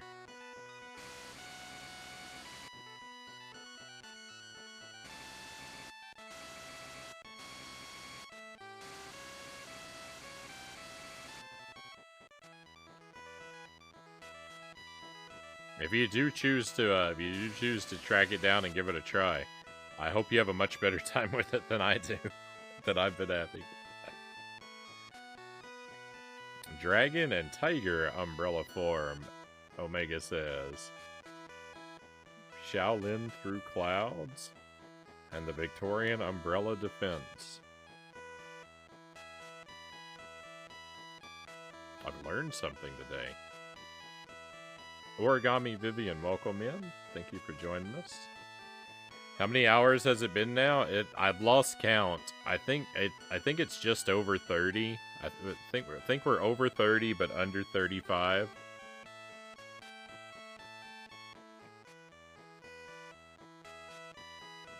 I lost track a couple streams ago. Yeah. I wonder how they expected kids to beat this on a tiny screen with limited batteries. That's the problem. They just didn't. They didn't care. Removing the scooter and the cat would have helped a lot, Conga says.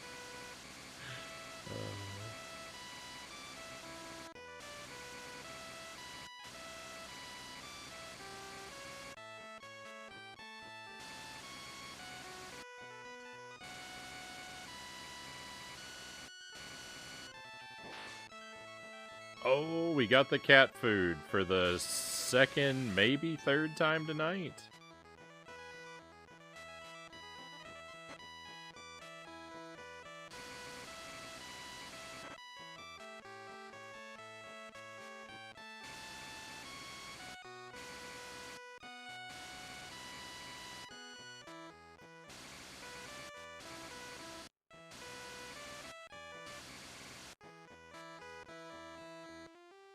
We beat the stage!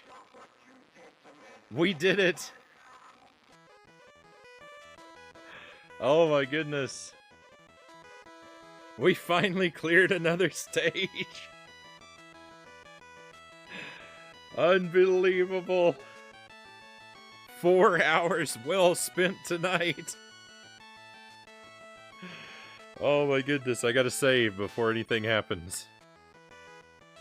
Hey, we won a prize. Oh yeah, you get a prize every 5 levels. The prizes are meaningless.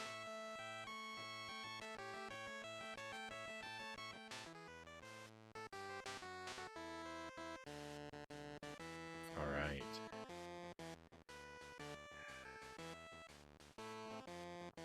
Yeah, progress. It's a miracle. Thank you for the pistachios and the stretch break. We'll enjoy both of those in just a moment.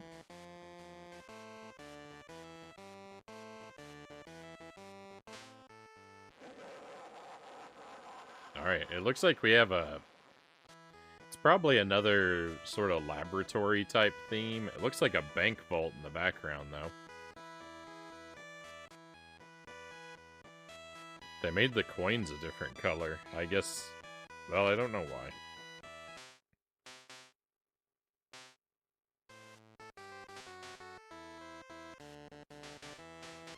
So after every stage, I save multiple times and back completely out of the game because I want to make sure I do everything I can to ensure the save file is actually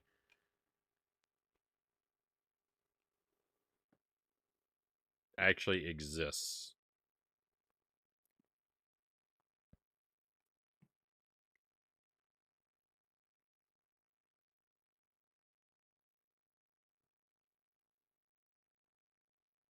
I'm going to scroll back through the chat for just a moment. I've got to be on track for a world record speed run. There's no way anybody has ever beat this game.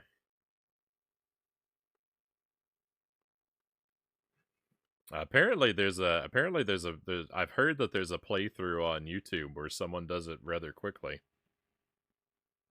I haven't watched it myself, of course.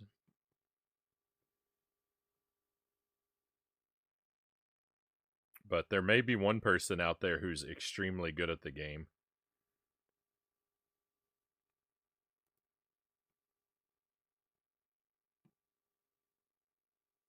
It's a gaming miracle. Thank you for the congrats, Zergling. Now we finally get to see a new level theme. That we do. Alright, so we've got a few things. I see the face cam inversion too, so why not just go ahead and do that as well.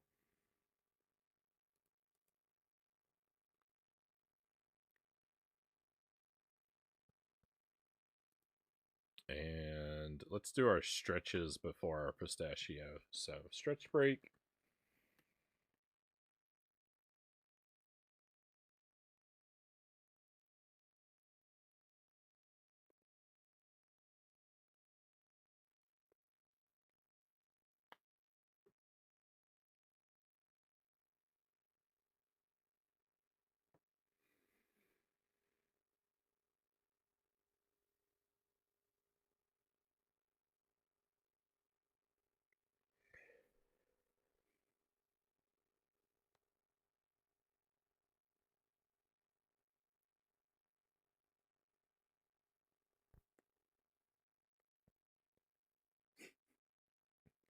Good old Isaac.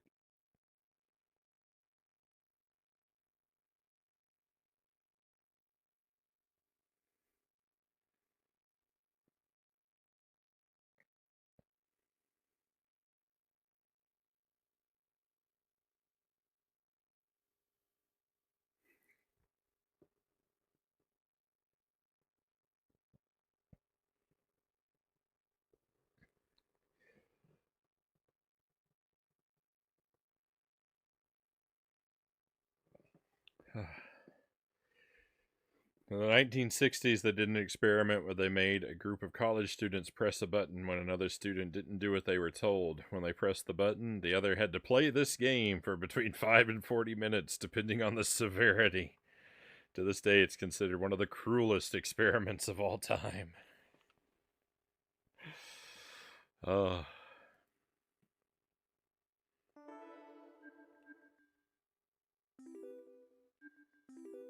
Oh, my audio is way off. Let's reset that.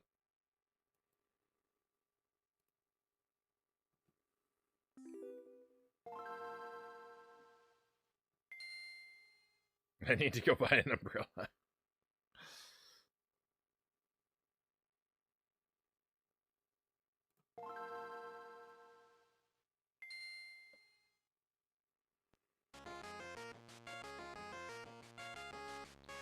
I don't know where you would go to look for an umbrella that was sturdy enough for combat.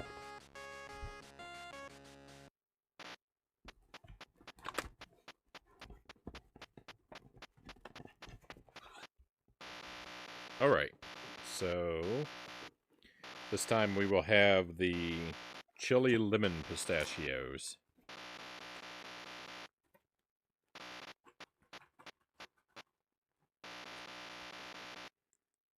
Boy, listen to these lovely typing noises.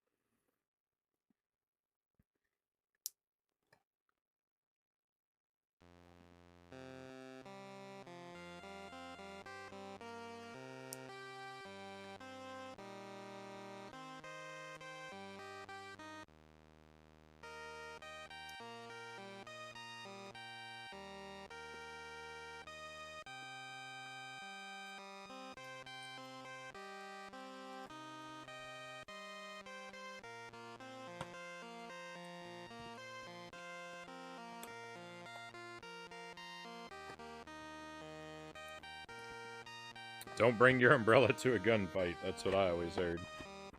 I just feel like, I don't know, like if you had to defend yourself with an umbrella, like you could probably strike your attacker with it once and it would probably break and thereafter be of very limited use.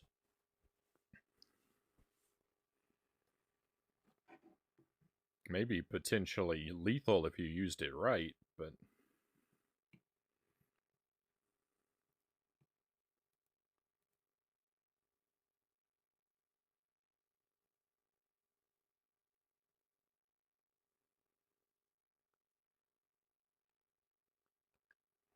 alright, let's get back into our game. We had a stretch, we had a snack, we get to see a new level for a little while. In a whole new theme. Has anything more exciting ever happened on the stream?